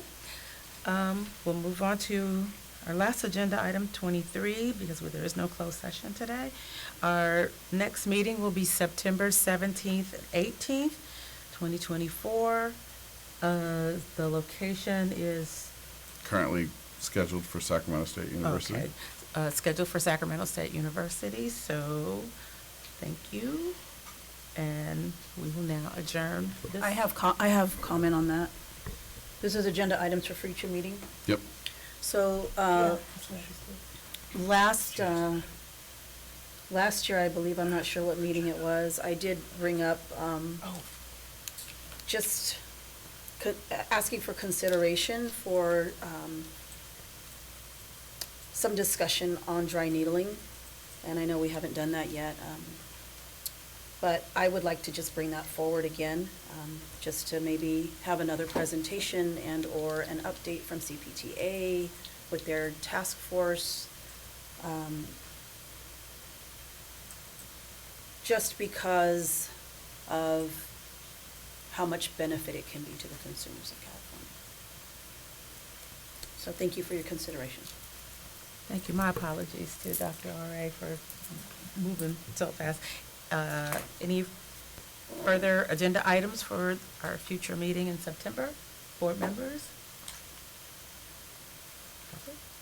Public comment? Public agenda items? Okay, there we go. Seeing none. So I think we are done. And meeting is adjourned at 1:48.